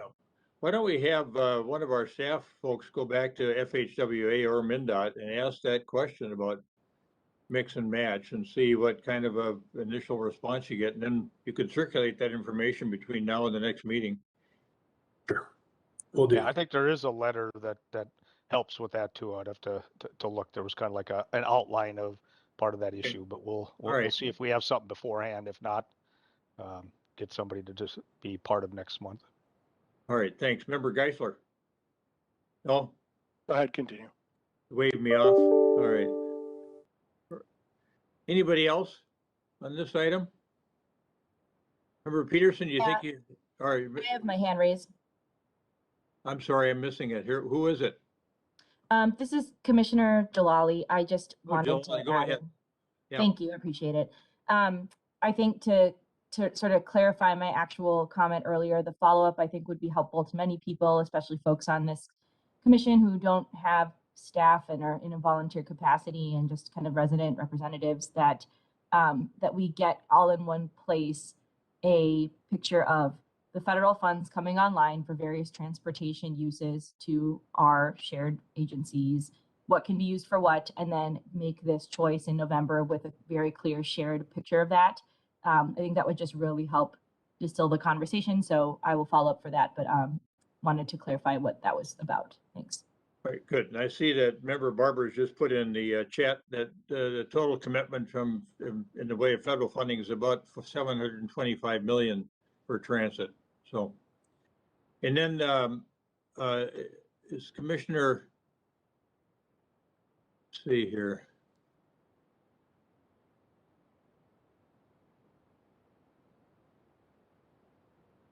Yeah, Commissioner Holberg, I wanted to get to you because you had a note in the chat. I had to go back and look at it. You had a comment there about this money was intended to be money that would fill that kind of gap we're talking about with the use of gas tax monies. Or well, I mean, when you read the report, this is MnDOT money. 80 of the 87 counties have followed the recommendation of the County Engineers Association, et cetera, and using the state aids formulas for distribution, given the reduction in funding that came as a result of reduced revenues during the pandemic. I mean, I understand, you know, the different priorities, transit versus roads, trails, et cetera, but the purpose of this money was on the MnDOT side of the equation. And we have cities that are hoping that they're going to be, you know, helped to be made whole as a result of the reduced funding in CASA and state aid and the city funding formulas, et cetera. And while I understand people want more information and the actual vote won't happen till November, if the vast majority of this group thinks that it makes sense to use that funding formula, you know, to make some kind of recommendation. I know we can't take formal action, but I'm sure cities would like to know whether or not we're going to support that distribution as was done in the other 80 counties or not. And I would be very surprised if there's a move to try and choose option 2 or 3 or a hybrid that we will probably hear from our cities in the next month.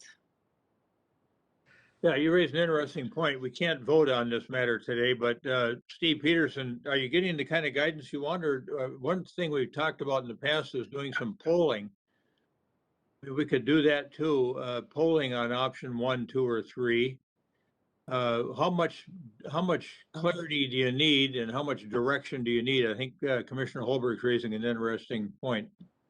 Yeah, Mr. Chair, I think we have likely enough to proceed with. We've got a few action items from a staff standpoint to bring back to kind of round out the picture, but I think I don't see a reason to necessarily hold up the rest of the process, which is a month away here. So. Okay. All right. So you got enough to work with. All right. So should we move on in the agenda then? Mr. Chair, You know what, I would like to pull this. If the vast majority of the tab thinks that the option one is the way to go, that would be a good message to be able to send to our cities that this is going to be the recommendation. They're in a budget planning process right now. They've set their max levies. If they were to know at this point in October rather than the middle of November that they could likely expect these funds to come to them, that would be important to some of their budgets moving forward. Mr. Chair, That member Sanger? I disagree with Member Holberg for two reasons. One is to do a poll now essentially is asking people to express their preference without getting the information that some of us have asked for in order to form what our preference is. And the second reason is that if we vote in November and hypothetically, if we were to go to option one, the cities still have the information in time before they make their December votes on setting the final levy for next year. So I don't think it matters from the city perspective whether it comes, that information comes in October or in November.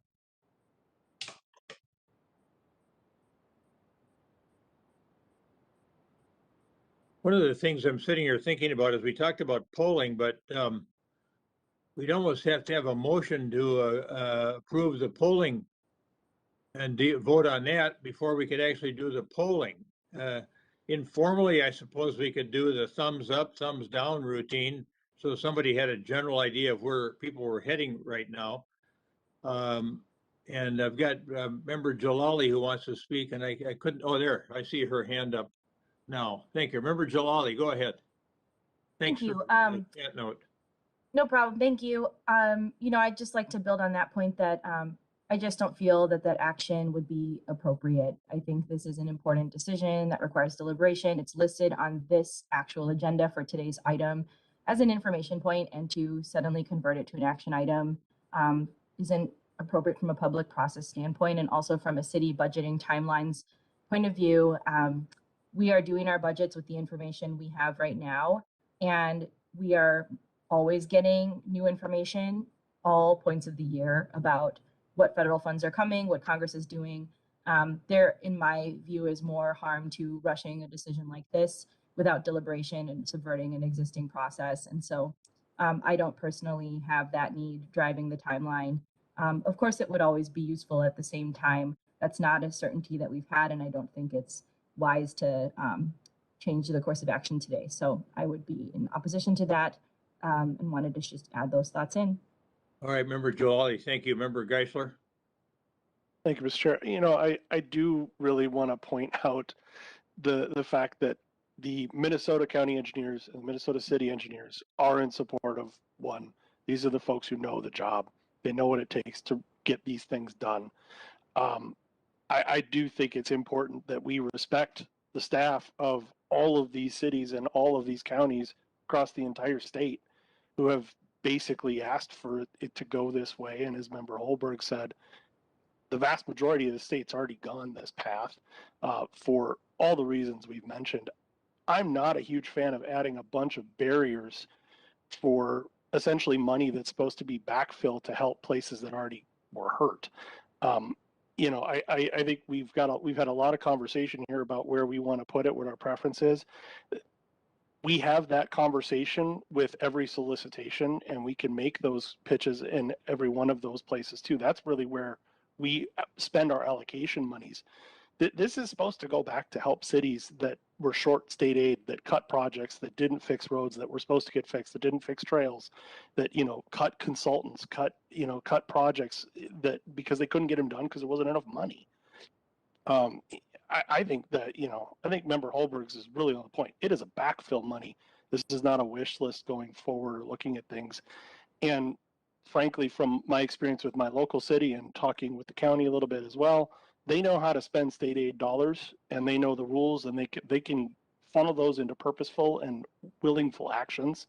So I don't think we need to get overly creative here for this specific pot of money for these CRRSA funds coming in.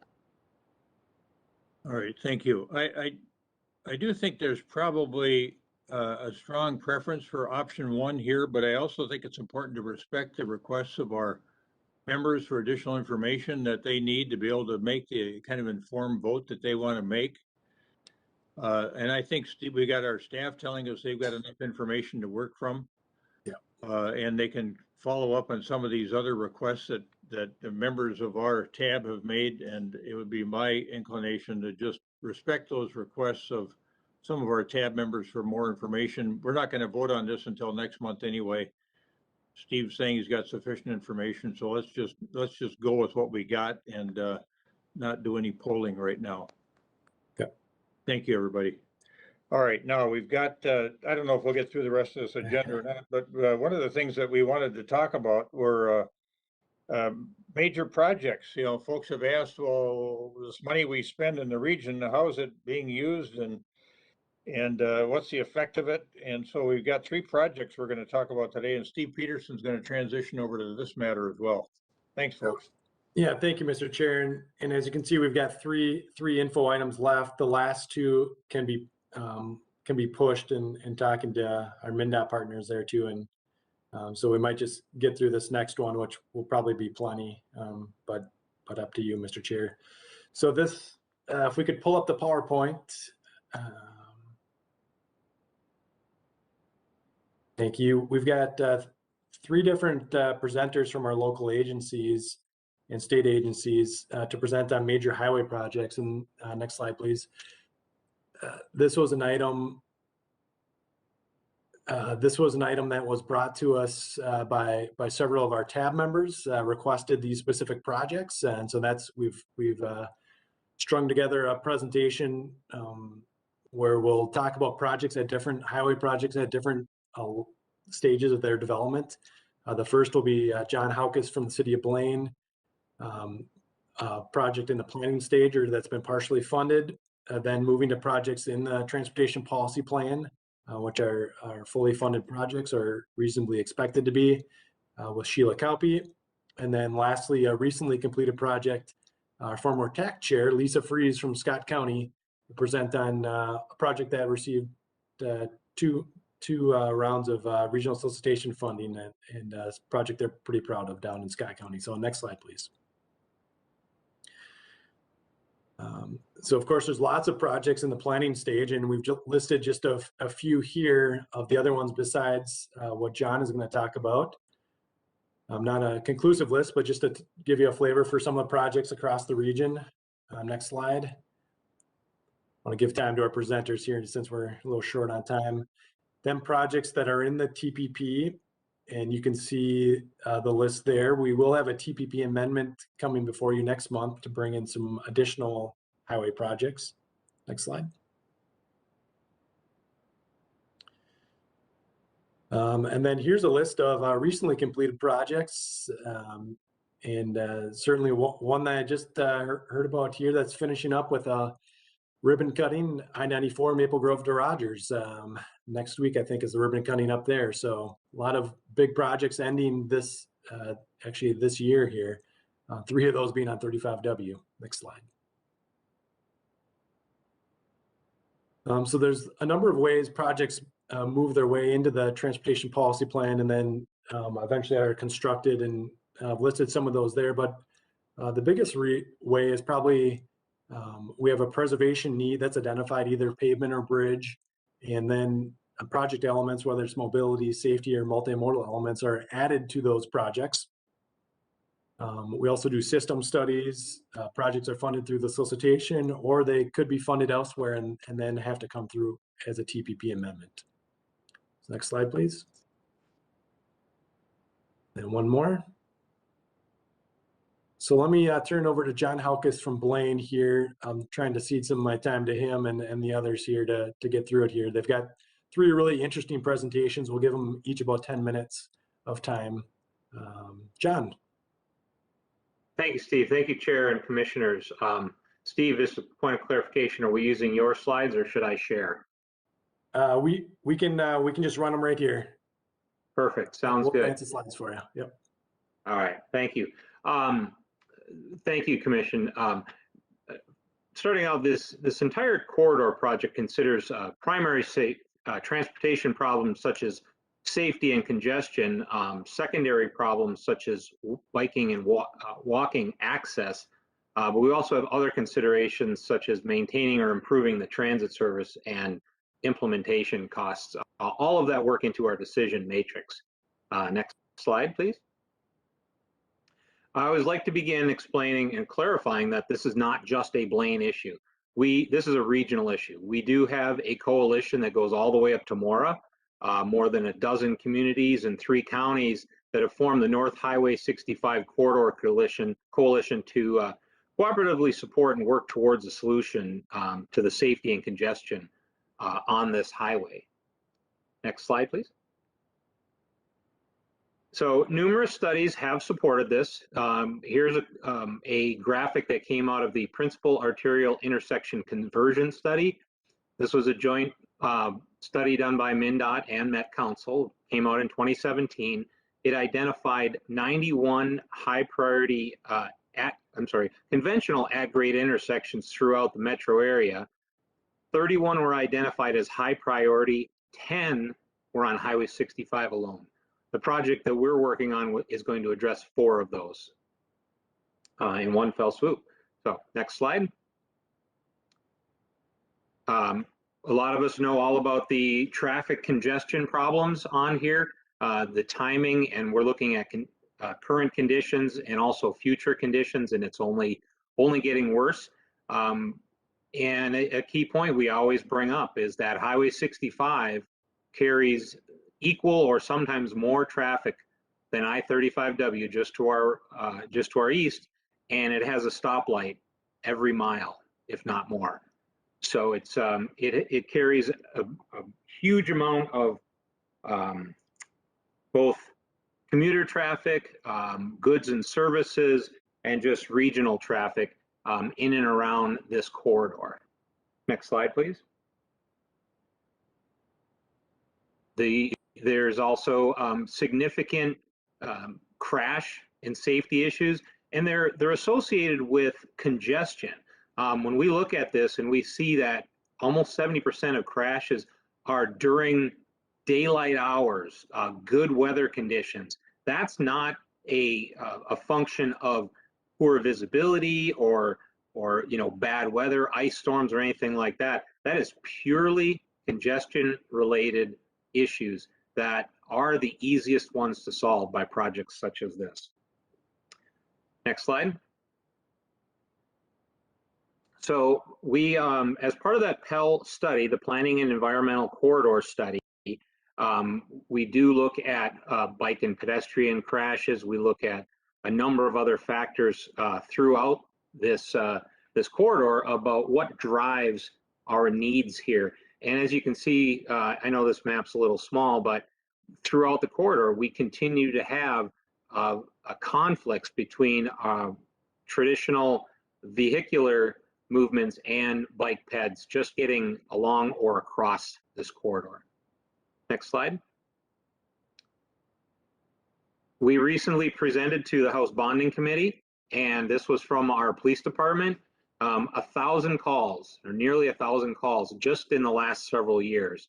And they are related to road and driving altercations, congestion-related driving behavior. Just 2021 alone, we've had over 100 accidents and over 270 traffic citations because of the congestion and issues on this corridor. Next slide, please. So this brings us to the Pell. And what is the Pell? It's a tool to look at some of these transportation projects a little bit differently. We put a significant amount of upfront work, whether there's community involvement, getting all of the stakeholders together. It minimizes some of that duplication of effort and documents all of that as we work towards a final decision and use it to inform the NEPA process. So we've seen, this was the first one done in Minnesota. It was done with a little bit of trepidation, I'll be honest, but as we're seeing the results, everyone is really excited about how this went because we were able to do so much upfront work that we're thinking right now we'll have a what's called a categorical exception in the NEPA process so that we won't be doing a full EIS or even an EA worksheet because of the outreach, because of the analysis that was done, and it's been just a very, very good process throughout this. Next slide, please. The Pell did come out of the FAST Act, the Fixing America's Surface Transportation Act, and it was all about efficient environmental reviews for project decision making, using these to help us decide what is the appropriate project rather than relying on traditional just what is going to move traffic the fastest. We are looking at how is this impacting whether it is bike and ped or environmental justice communities or transit or what is considered typical environmental review of wetland impacts or drainage and things like that. So we really dig into all of the things that a project like this can both impact and also help to solve. Next slide. I mentioned this, there's high concentrations of low income and minority populations along the corridor, publicly owned recreation areas, wetlands, floodplains, contaminated properties. How does it impact commercial and retail? All of these work into those decision matrices so that we make sure we're not just looking at cars. We're not just solving a problem for cars. We're solving a problem for everybody. Highway 65 has long been known as a barrier within the city of Blaine, whether it's north-south or east-west. It almost divides the city into two Blaines. And this type of project can go a long way in addressing those issues. Next slide. When we began the Pell, we really looked at what is our problem statement. As I mentioned earlier, we're focused primarily first on vehicle safety and congestion, but we did have a number of secondary issues that had to be addressed to make this the right project. Next slide. The evaluation process went through 3 different levels, kind of a yes/no screening. Is this even going to address our problem statement?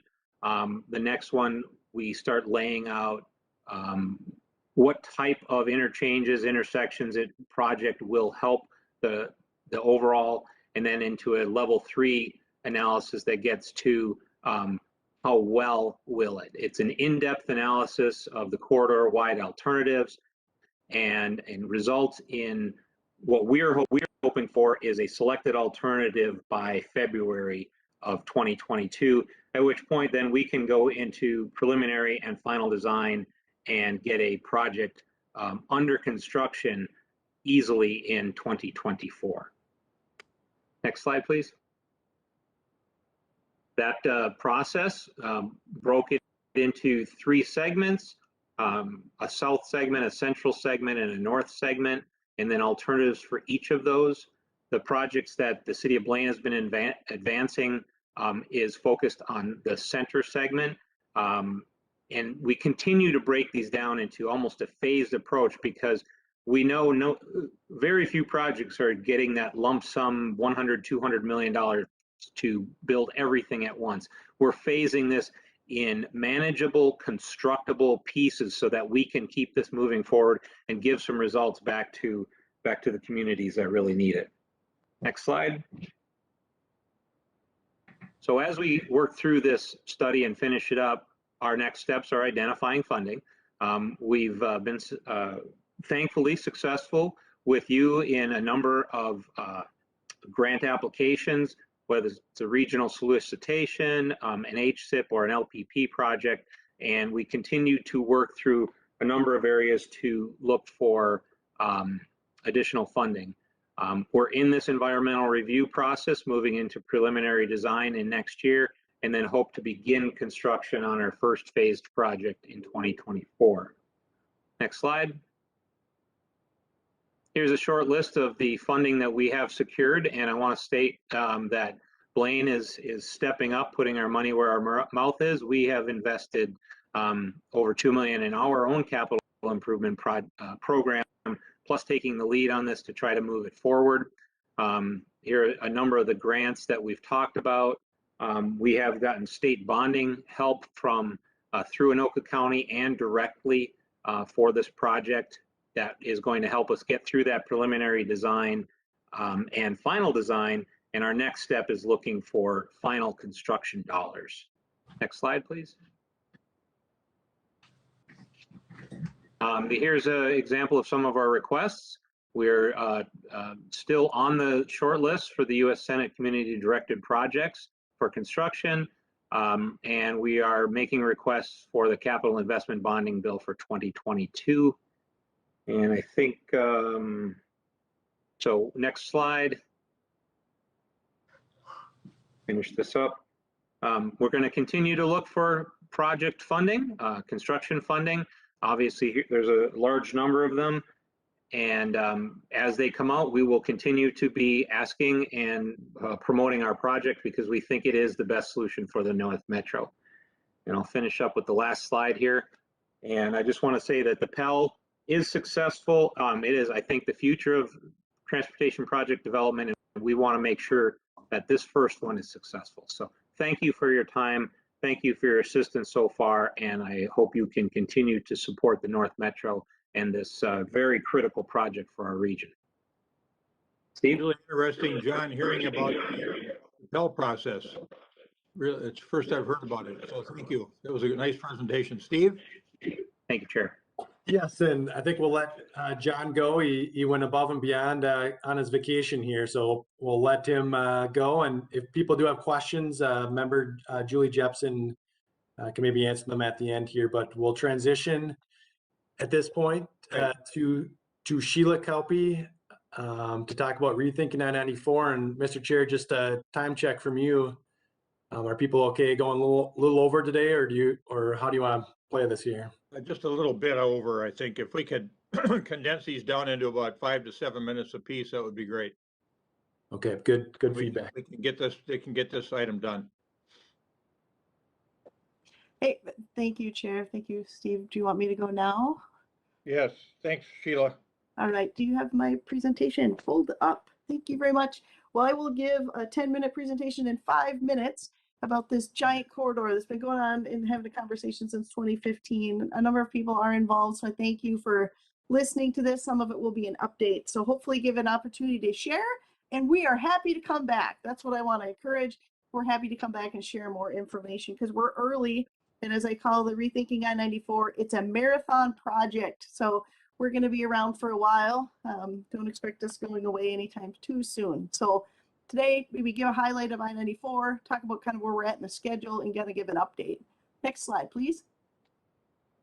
Right now, we're in the environmental process. We're looking at both the Minnesota Environmental Protection Act and also the National Environmental Protection Act. So we're kind of at now early stages, even though we've been talking about this since 2015. Those were early conversations about what communities want and what's important to them as they think about the I-94 area and region, shall I say. So right now we're in the scoping phase. Again, a combined MEPA and NEPA phase process, probably trying to most notably establish the purpose and need for the corridor, right? And looking at developing a vision, developing, draft evaluation criteria. There's conversation, if you're close enough to the project, the livability goals that we're including as part of the project as well, and also have these draft project limits. Again, this first phase is looking at a universe of alternatives, right? So that's like, I say it's the giant funnel, right? So a large number of things and sort of getting down to what we would call the tier 1 EIS, which again, we're transitioning to think about that. Again, COVID and the civil unrest that occurred kind of in the region here is pushing us to be thinking that we would be looking at a smaller set of alternatives next summer. I like to think of seasons, summer, spring, fall, winter. I would say next summer would be the earliest we're evaluating that smaller group of projects. Next slide, please. Activities to date. again, for those that are close to the project, would recognize that we are looking at a draft logical termini that's between Highway 55 and Marion Street in St. Paul. Again, that's probably the highest infrastructure needs that we have on the corridor. Also recognizing we need to study more in the downtown areas. There's questions about connections. There's questions about easy pass lanes and what that looks like as you connect into the downtown areas. So we tried to make a clean cut of saying 55 to Marion, and those are drafts. So those can also change as we continue on this journey, as I call the marathon of the journey. Next slide, please. Activities to date, again, we've spent, as I spoke about the 2015 to 2018, we did a phase 1 evaluation of communities, and I'll touch a bit on that. And right now, since 2018 to currently where we're at, we've spent a lot of time kind of evaluating what that existing infrastructure to Mr. Look's comments earlier, make sure we're looking at what infrastructure exists on the system and making sure that we're also, you know, being cognizant of if it needs to change, if it needs to stay, all of those things. So we spent a lot of time evaluating what that existing infrastructure that is MnDOT owned and county and city owned as well, and then looking at where we may have safety or drainage issues, where we have, you know, missing connections for walkability and bikeability. From that, we've developed draft needs, we've developed draft purpose statements, and again, notably, we've heard a lot during both the phase 1 effort, during our livability framework development, and also even right now when we meet with our, you know, our stakeholders, our county and city partners, our community leaders, we're hearing things that they want to make sure that we aren't forgetting about things such as beyond just transportation, bridge, pavement needs. And that's what the purpose statement is really kind of looking at, the program of projects within that draft logical termini. And the draft purpose statement is really about improving assets, which is probably not a surprise if you're a MnDOT agency, improving those bridges, pavement, and supporting infrastructure, as well as enhancing safety for people and goods on, along, and across I-94. We don't want to forget that it's not just about I-94, it's about the network as a whole. We're also draft purpose statement of improving mobility for people and goods on, along, and across I-94. Next slide, please. With that sort of parallel process that I spoke to, there's different, you know, different lenses that we look at during the scoping and tier 1. And we are, again, as we speak of in the phase of scoping, this slide, really small on the screen, does highlight the places that we don't want to do too much too early so that we have to redo it when there's actual money identified for a project to deliver. So we're trying to keep it high enough, but also important to what we're hearing about climate, VMT reduction, those sorts of things that we're also hearing as well as transit, and again, biking and walking, which is very important to the people that live along the corridor, as well as freight, right? We know that there's a freight component. We also know that there's a lot of motorists that drive right on I-94 itself. So we got to make sure that we're thinking about that. And it's a very balanced approach. So next slide, please. Again, this is the livability framework. We want to make sure that that's important. Again, the livability framework was those things that we recognize that MnDOT does play a role, but it's also maybe the region plays a role, Metro Transit, the city county that also play a role in kind of making that project a whole for community members that live along the corridor and use I-94. So the livability, draft livability goals were really about establishing framework around that and how we can all work together to accomplish what we heard from communities in that phase from 2016 to 2018. Next slide, please. We've, again, recognize I'm short on time, but we're generating, you know, generating a multitude of ideas, and they're kind of pieces, as I think of pieces of puzzle to the greater vision, right? And right now we're gathering pieces to help generate that vision. And so that's the stuff that we're working on right now. We, you know, you get a little piece, you hear a little thing. We know that we have some infrastructure. We hear from community members. We are testing some of those ideas right now, trying to envision what that picture looks like as we move forward. Again, community and agency engagement is, you know, and community engagement is expected throughout this whole corridor and continue to probably 2027, which is kind of goes back to that comment I had about the marathon of the project. Next slide, please. here, if you go to our website, we do have an online virtual open house right now providing comments. The draft documents are there as well. But this is hopefully to depict we are here, right? So we're early. And this, again, references the piece about, you know, a schedule that's subject to change. And also we want to be cognizant that communities, right, during the civil unrest and during COVID, their mindset might not have been to a place where we could, you know, ask them to talk about transportation on I-94 and what's important to them. So we actually, you know, during this phase of scoping decision document, we also want to be really cognizant of that too, to say that, you know, summer of 2022 is probably when we have that scoping decision document. Again, the Minnesota process of sort of evaluating the multitude of alternatives is when that would be out, and again, out on the public street for official comment. Right now, those documents are online at the virtual open house. People are interested in looking at them. We are taking comments. And again, when we think back to MnDOT doing work differently, it's just that, right? Years ago, we might have came up with draft documents, put them out there.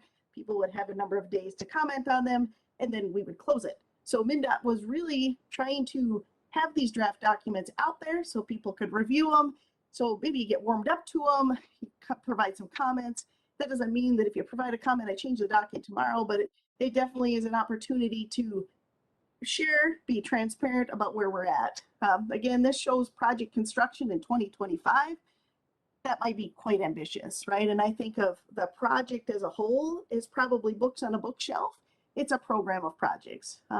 We're not anticipating, you know, $1 billion coming to us maybe tomorrow, but we might get small chunks, which again meets the, if we go back to the livability framework of saying, let's be cognizant of shaping projects small enough that we can get the workforce ready. We can get the project small enough that we can train people on the project so that they're ready for maybe a potential eventual big giant project that's coming to the region. Next slide, please. Next slide.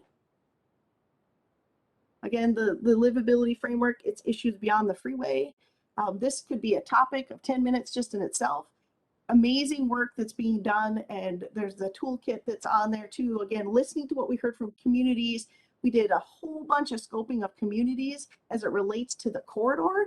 We're using that public engagement toolkit to shape how we're reaching people. We recognize that if we hear from a subset of folks, we also know that in that community, the folks might look a lot different and their backgrounds are much different. So we want to make sure that we're being targeted to reach community members where they're at, and that takes time. Next slide.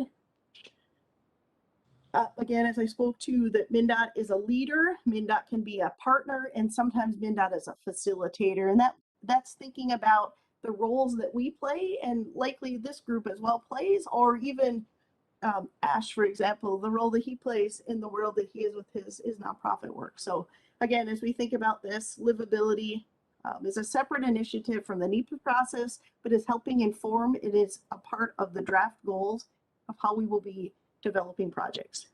Next slide. Again, these are the pillars related to the livability framework. We do have our documents online of what we've heard from communities when we did the listening sessions. But very important if you're interested in that. Again, happy to come back and share that as well. That work is really different than we would have done in the past. Again, focused around engagement around those topics and how to shape this future project that is unfunded at this time. Next slide. Next slide. I'm cognizant of wanting to get through this quick, so I appreciate that. The Giveability Initiative goals really is to develop policy recommendations to guide the evaluation criteria. So when somebody says equity, we say, well, what does that mean, right? What does that mean as you think about that? Or someone says they want a job, what does that mean? What role do we play, and how can we shape future projects associated to that? And again, Livability Initiative is a pilot in on I-94, but it's really in the metro region as a whole. We're trying to do it at the district level. And again, establish a process to guide future MnDOT metro major projects in the future of that development, right? Again, that's that pilot on 94, and as we think about it in the metro. Next slide. Rondo Land Bridge, next slide. One of the things that I think is important to recognize and does get confusing, the Rondo Land Bridge proposal and the restorative movement associated to that is really led by, and definitely led by, Reconnect Rondo, right? That is their separate initiative. We recognize that we will connect at some point, but they're right now doing a lot of work, and they have money identified that they got from the last legislative session to do a lot of that framework early work. Again, we, MnDOT, are not precluding the land bridge from occurring, but we recognize there's a few strings associated to just having that work done. Important to recognize that work is not done by MnDOT. Next slide. Again, much of this is in the paper. As you can see at the bottom, that land bridge concept is a big undertaking, right? And that's around $460 million identified in the lower portion of that slide. So much of that information is on the Reconnect Rondo website. I'd encourage you, if you have interest in that, to visit it. Next slide. And I got to the end. That's me. I appreciate, and sorry I went so fast, but it is a big project, passionate for me to make sure we're listening to people, make sure that we're doing things right, and we recognize there's a lot of positivity that can result from us coming together as partners to deliver something that meets the community's needs. That's how you get a hold of me. That's the website. Thanks. Thank you, Sheila. That was terrific. You know, even 10, 20, 30, 40 years ago, no one would recognize the kind of activities you're engaged in now. I think people always thought of you as the 500-pound gorilla that did whatever they wanted to do wherever they wanted to do it. Yeah. But now your level of inclusivity at the front end to try to get better projects and have people be able to live more effectively around these big projects is really commendable. So if you have questions for Sheila, put them in the chat or send them to Sheila at her email address, and we'll try to keep going here and get wrapped up. And Sheila, depending on the number of questions, we may ask you to come back another time as you suggest, and we'll have a few more questions for you about 94. There's really some fantastic information there. Thank you. Yeah, thank you. Appreciate the time today. All right. Yeah, thank you, Sheila. We're asking people to condense years of their work life into 5 minutes. It's impossible, but let's lastly go on to Lisa Fries from Scott County. And this is the end of the process. This is the fun part. The projects are constructed and open, and she's got a nice presentation to round us out here today. Thank you, Lisa. It'd be nice to see Lisa again too. Yeah. Sorry about that. I got a phone call just as we started here. I apologize. So yes, I'm going to consolidate about 10 years of work into this. Here, let me... Thanks for joining us again. It's good to have you with us.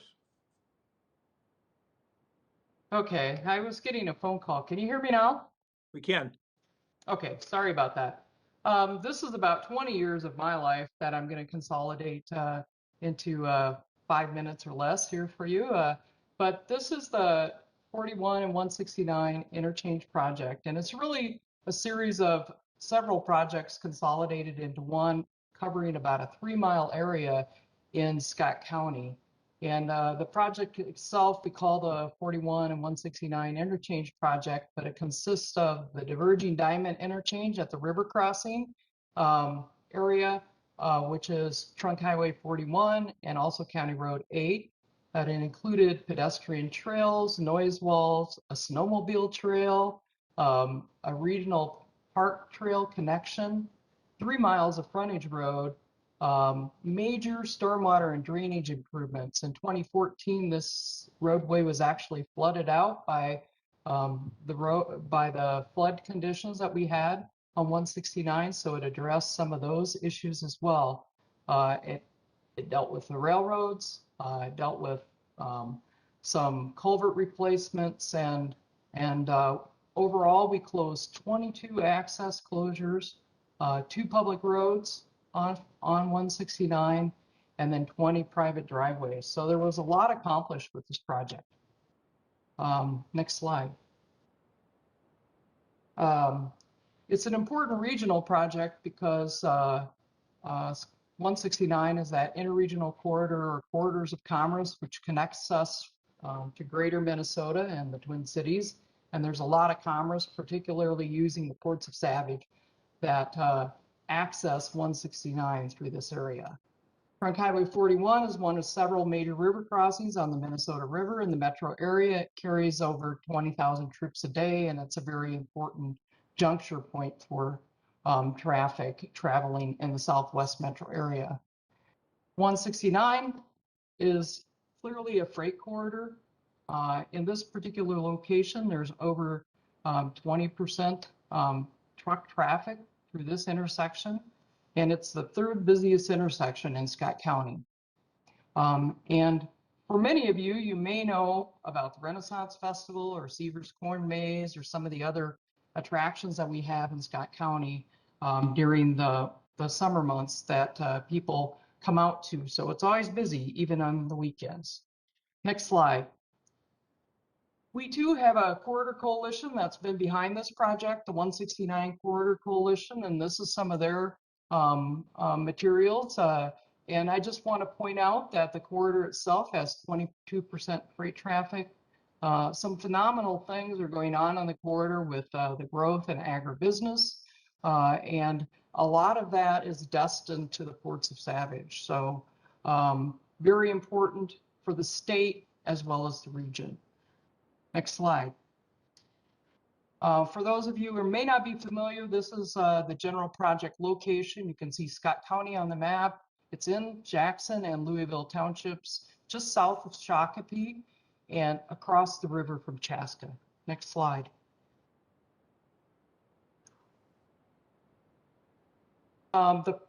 This is the first signalized intersection south of I-494. It's, like I mentioned, a river crossing connection, has heavy freight traffic. The crash rates prior to the project were well above the statewide average for both the rate and the critical crash rate.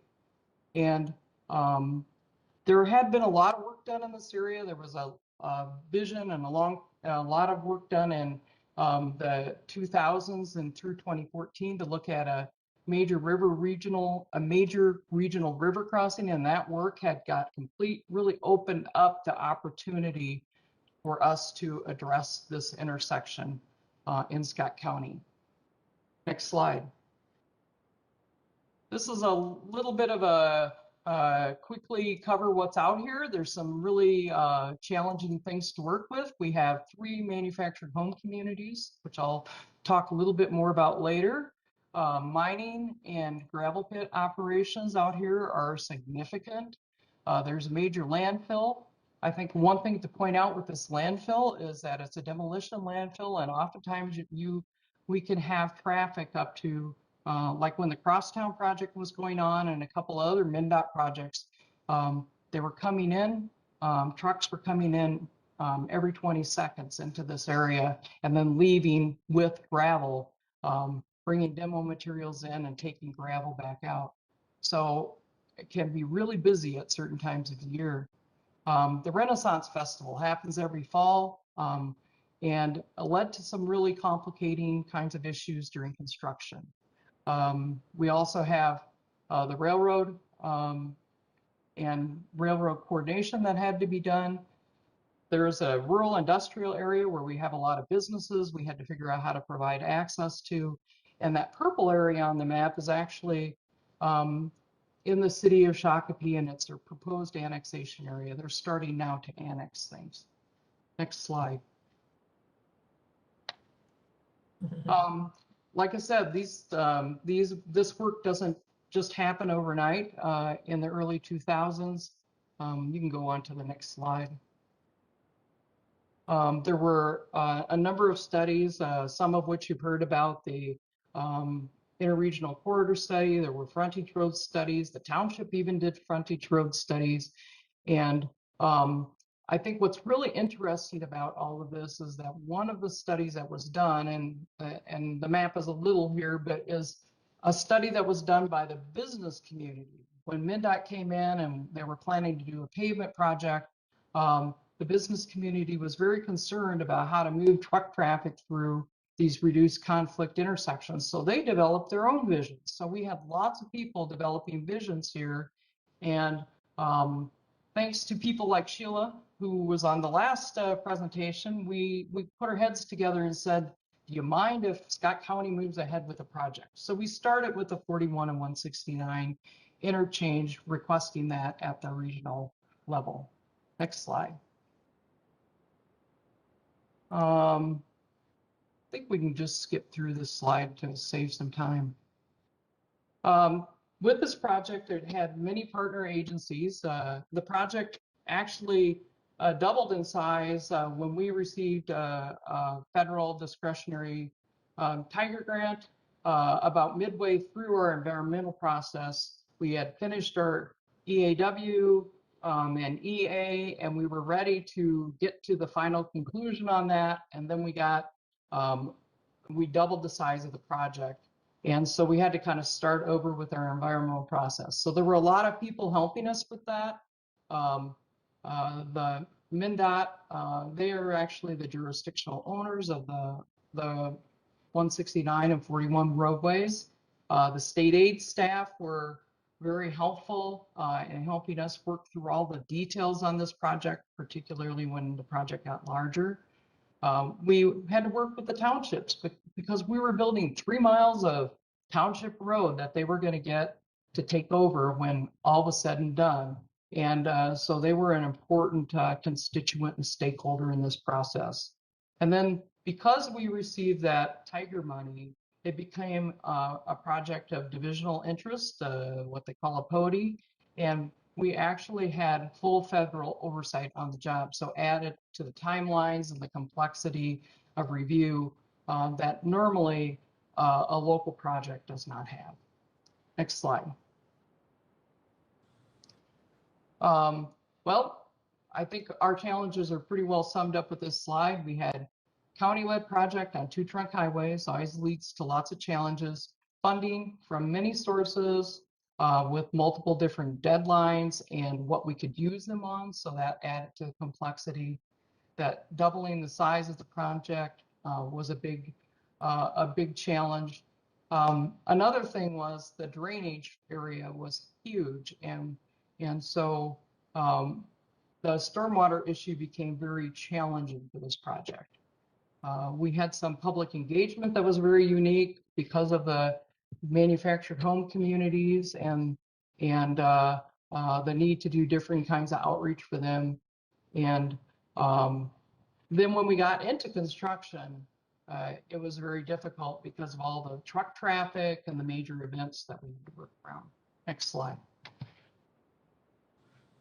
I just wanted to run through so you could see the layout. This starts at the north end of the project. This is the diverging diamond and some of the frontage road connections that were made as a part of the project. Just to kind of point out on the kind of northeast side there of that intersection, that's the Holiday gas station. There's a whole bunch of other businesses here in this area, Rapid Marine, a few implement dealer type businesses. And then you'll see over on the west side of 41 there, the Jackson Heights manufactured home community. Next slide. This is the middle section. This is really the frontage road that we connected and reduced all those accesses on. And then the next slide is the south end, and this is where we did something a little bit unique. We built, we don't know exactly what to call it, but it's kind of a hybrid interchange, so it's a low cost. It took advantage of some of our existing roadways. We built an overpass to the north of those existing roadways and added about 1 mile of county road in accomplishing this. Next slide. These were really the key project tasks that the county took on. It was quite an undertaking for our county. We have a pretty small staff, and so this took a lot of dedication on our county staff's resources part. Next slide. We had a lot of different public outreach tactics with the projects. We had a lot of open houses. We had multiple open houses. We had targeted business only meetings. We had one-on-one business meetings. We had a lot of meetings with different elected officials with the townships. We had to coordinate with the city of Shakopee. We had regular project newsletters. We had a project website. And because of the manufactured home communities in the area, we always translated all of our materials into multiple languages to accommodate the various languages in those communities. We did visualizations to help the businesses and the residents understand what was going on. And we were careful about where we had our meetings. The business owner meetings we held out in the business community. And in the manufactured home, we actually set up and did the meeting on site. We got lucky with that. We had one of our first meetings when we were talking about noise walls with them. We were able to get the residents to come out because the kids got off the school bus and went and helped gather up the parents so we could chat with them. So sometimes you have to take advantage of those situations. And then we had over 80 properties that we acquired as a result of this project, either mostly partial takings. I think we had 3 total takes. And so we had a lot of property owner acquisition. Next slide.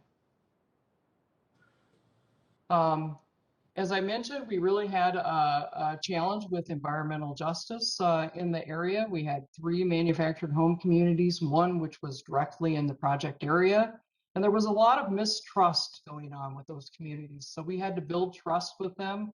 We worked really hard at that. There had been an incident with the river crossing study that had happened, a half dozen years prior to when we started this project, where shortly after a public meeting, there was a raid by the immigration service on that community, and it really scared them and made them not trust government.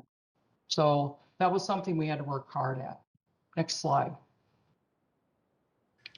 MnDOT, I won't go through this list, but I will just say that without MnDOT, we would have probably not pulled this project off. They helped us some with funding. They provided the bridge designs for the 5 bridges on the project. They also did construction inspection. And one person that's also on the line, John Solberg, I need to personally thank because he helped us through the project delivery portion of it. And when we got stuck in roadblocks, he was really critical to helping move things through sometimes on this complicated project. Next slide. Other agencies that were involved, of course, were the Federal Highway Administration. They were at all of our PMT meetings and were very involved in the grant, particularly the Tiger Grant and the performance measures and the reporting that we had to do. The townships I've talked about, and we had a bunch of other agencies that were involved. Our Environmental Services Department actually did some of our environmental investigation for us. Our Parks Department was involved because of the regional trail.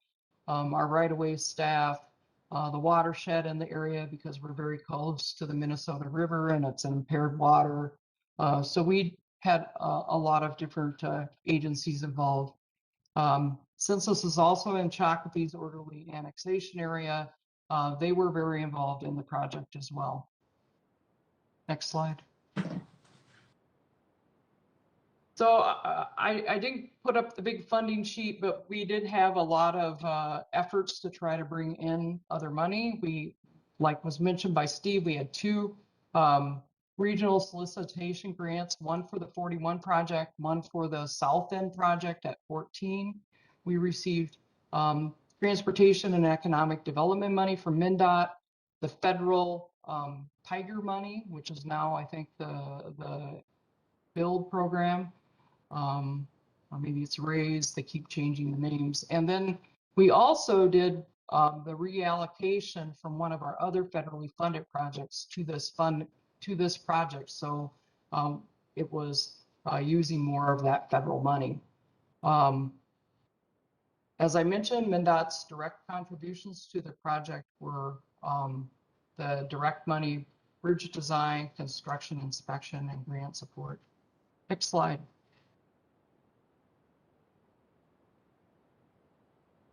I think we've kind of covered some of these things. Having all these different funding sources was quite a challenge. And even into construction, keeping track of all the different pay items, we actually had difficulty setting it up in the system that everybody uses for keeping track of projects at the county level and city level. One office, we actually had to have them change out the system in order to get the project in there. So every step of the way, we found a few challenges in our way, but we overcome them all. So next slide. I think this is a good illustration of all the different complexities of the funding splits. I just thought it was interesting so you could see how we had to apply all the various funding sources that we had to the project. Sometimes those details people don't get to see. Next slide. So I wanted to talk just briefly about project outcomes, and then I'll let you go for the day. We've had a couple of requirements as a part of our Tiger grant that we're required to keep track of performance measures, and the county has a pretty robust performance measure program. And so I'm just going to run through 4 of those performance measures with you to show you the success of this project, because oftentimes that's not what you see. You hear about all of the funding and all those complex things, but we had our consultant teams that worked with us on this project help us calculate the before and after road user costs or resulting from delay on the project. And as you can see, we've made great strides. We've saved over $3 million a year in road user costs, and that does not count the delay that's associated with freight movement and freight not getting to where it needs to be in time. This is just the direct costs like gas and wages and time for the people on the road sitting in delay. So I think we've had amazing results in this area on this project. Next slide. Next slide. The other thing that we looked at was speeds. That's simple to get at with now some of that regional data that we collect, the streetlight data and other kinds of data. Before the project, we were experiencing speeds in averaging 46 miles an hour and 42 miles an hour northbound, southbound on 169. After the project in January, we did that analysis again, and speeds jumped by nearly 20 miles an hour on both legs. So really helps those users get to where they're going. And in this case with freight, time is money. So speed is important, and I think we made a positive outcome out here with that. Next slide. The other thing we look at, of course, is our safety out here. Before the project, we were experiencing an annual crash cost of $4 million a year. And after the project, and we're hoping to get more data, we were experiencing only $1 million in crash costs. So a significant reduction in the cost of crashes out here for as a result of this project. Next slide. This is also looking at the crash rates out here, both the crash rate and the severity rate, and you can see that we've made a huge dent pre-project, post-project to the safety on 169 at that intersection, and this is right at the intersection. Then the last slide that I have, next slide, Steve. One of the objectives we had with this is economic development out in this area. As I mentioned, it is in Shakopee's orderly annexation area. And as you can see, as the project has progressed, we have seen a lot of growth in the property values out in this area. And I think it's because of the building that's gone on and the annexations that are occurring now post-project. And then you can go to the last slide. If you have any questions, I'd be happy to answer them. We're really proud of this project in Scott County, and I really can't thank our partners enough for all the help that they had, that they provided helping us get it to the finish line. All right, Lisa, thanks for that good presentation. Really interesting project and quite important for Scott County and all the communities there.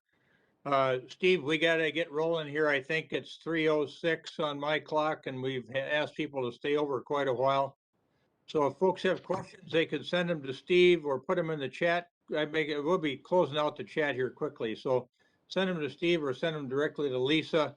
I thank you all for your attention and staying overtime to hear these major project presentations.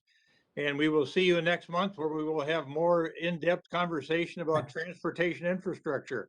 Thank you, everybody. Good, Thank you, Mr. Chair.